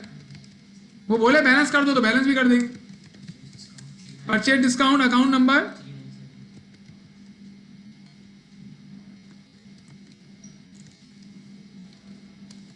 जाओ भाई 397, ये इन्होंने बताया 397, सही है। अब इसके बाद क्या करेंगे आप? इसके अंदर पोस्टिंग कर देंगे। परचेज डिस्काउंट क्या होता है? क्रेडिट। तो इसका टोटल 500 रुपए है बस, तो यही 500 आप यहाँ क्रेडिट में लिख देंगे। डेट लिखेंगे 2021 जैन 31, यहां पर आ जाएगा सीबी,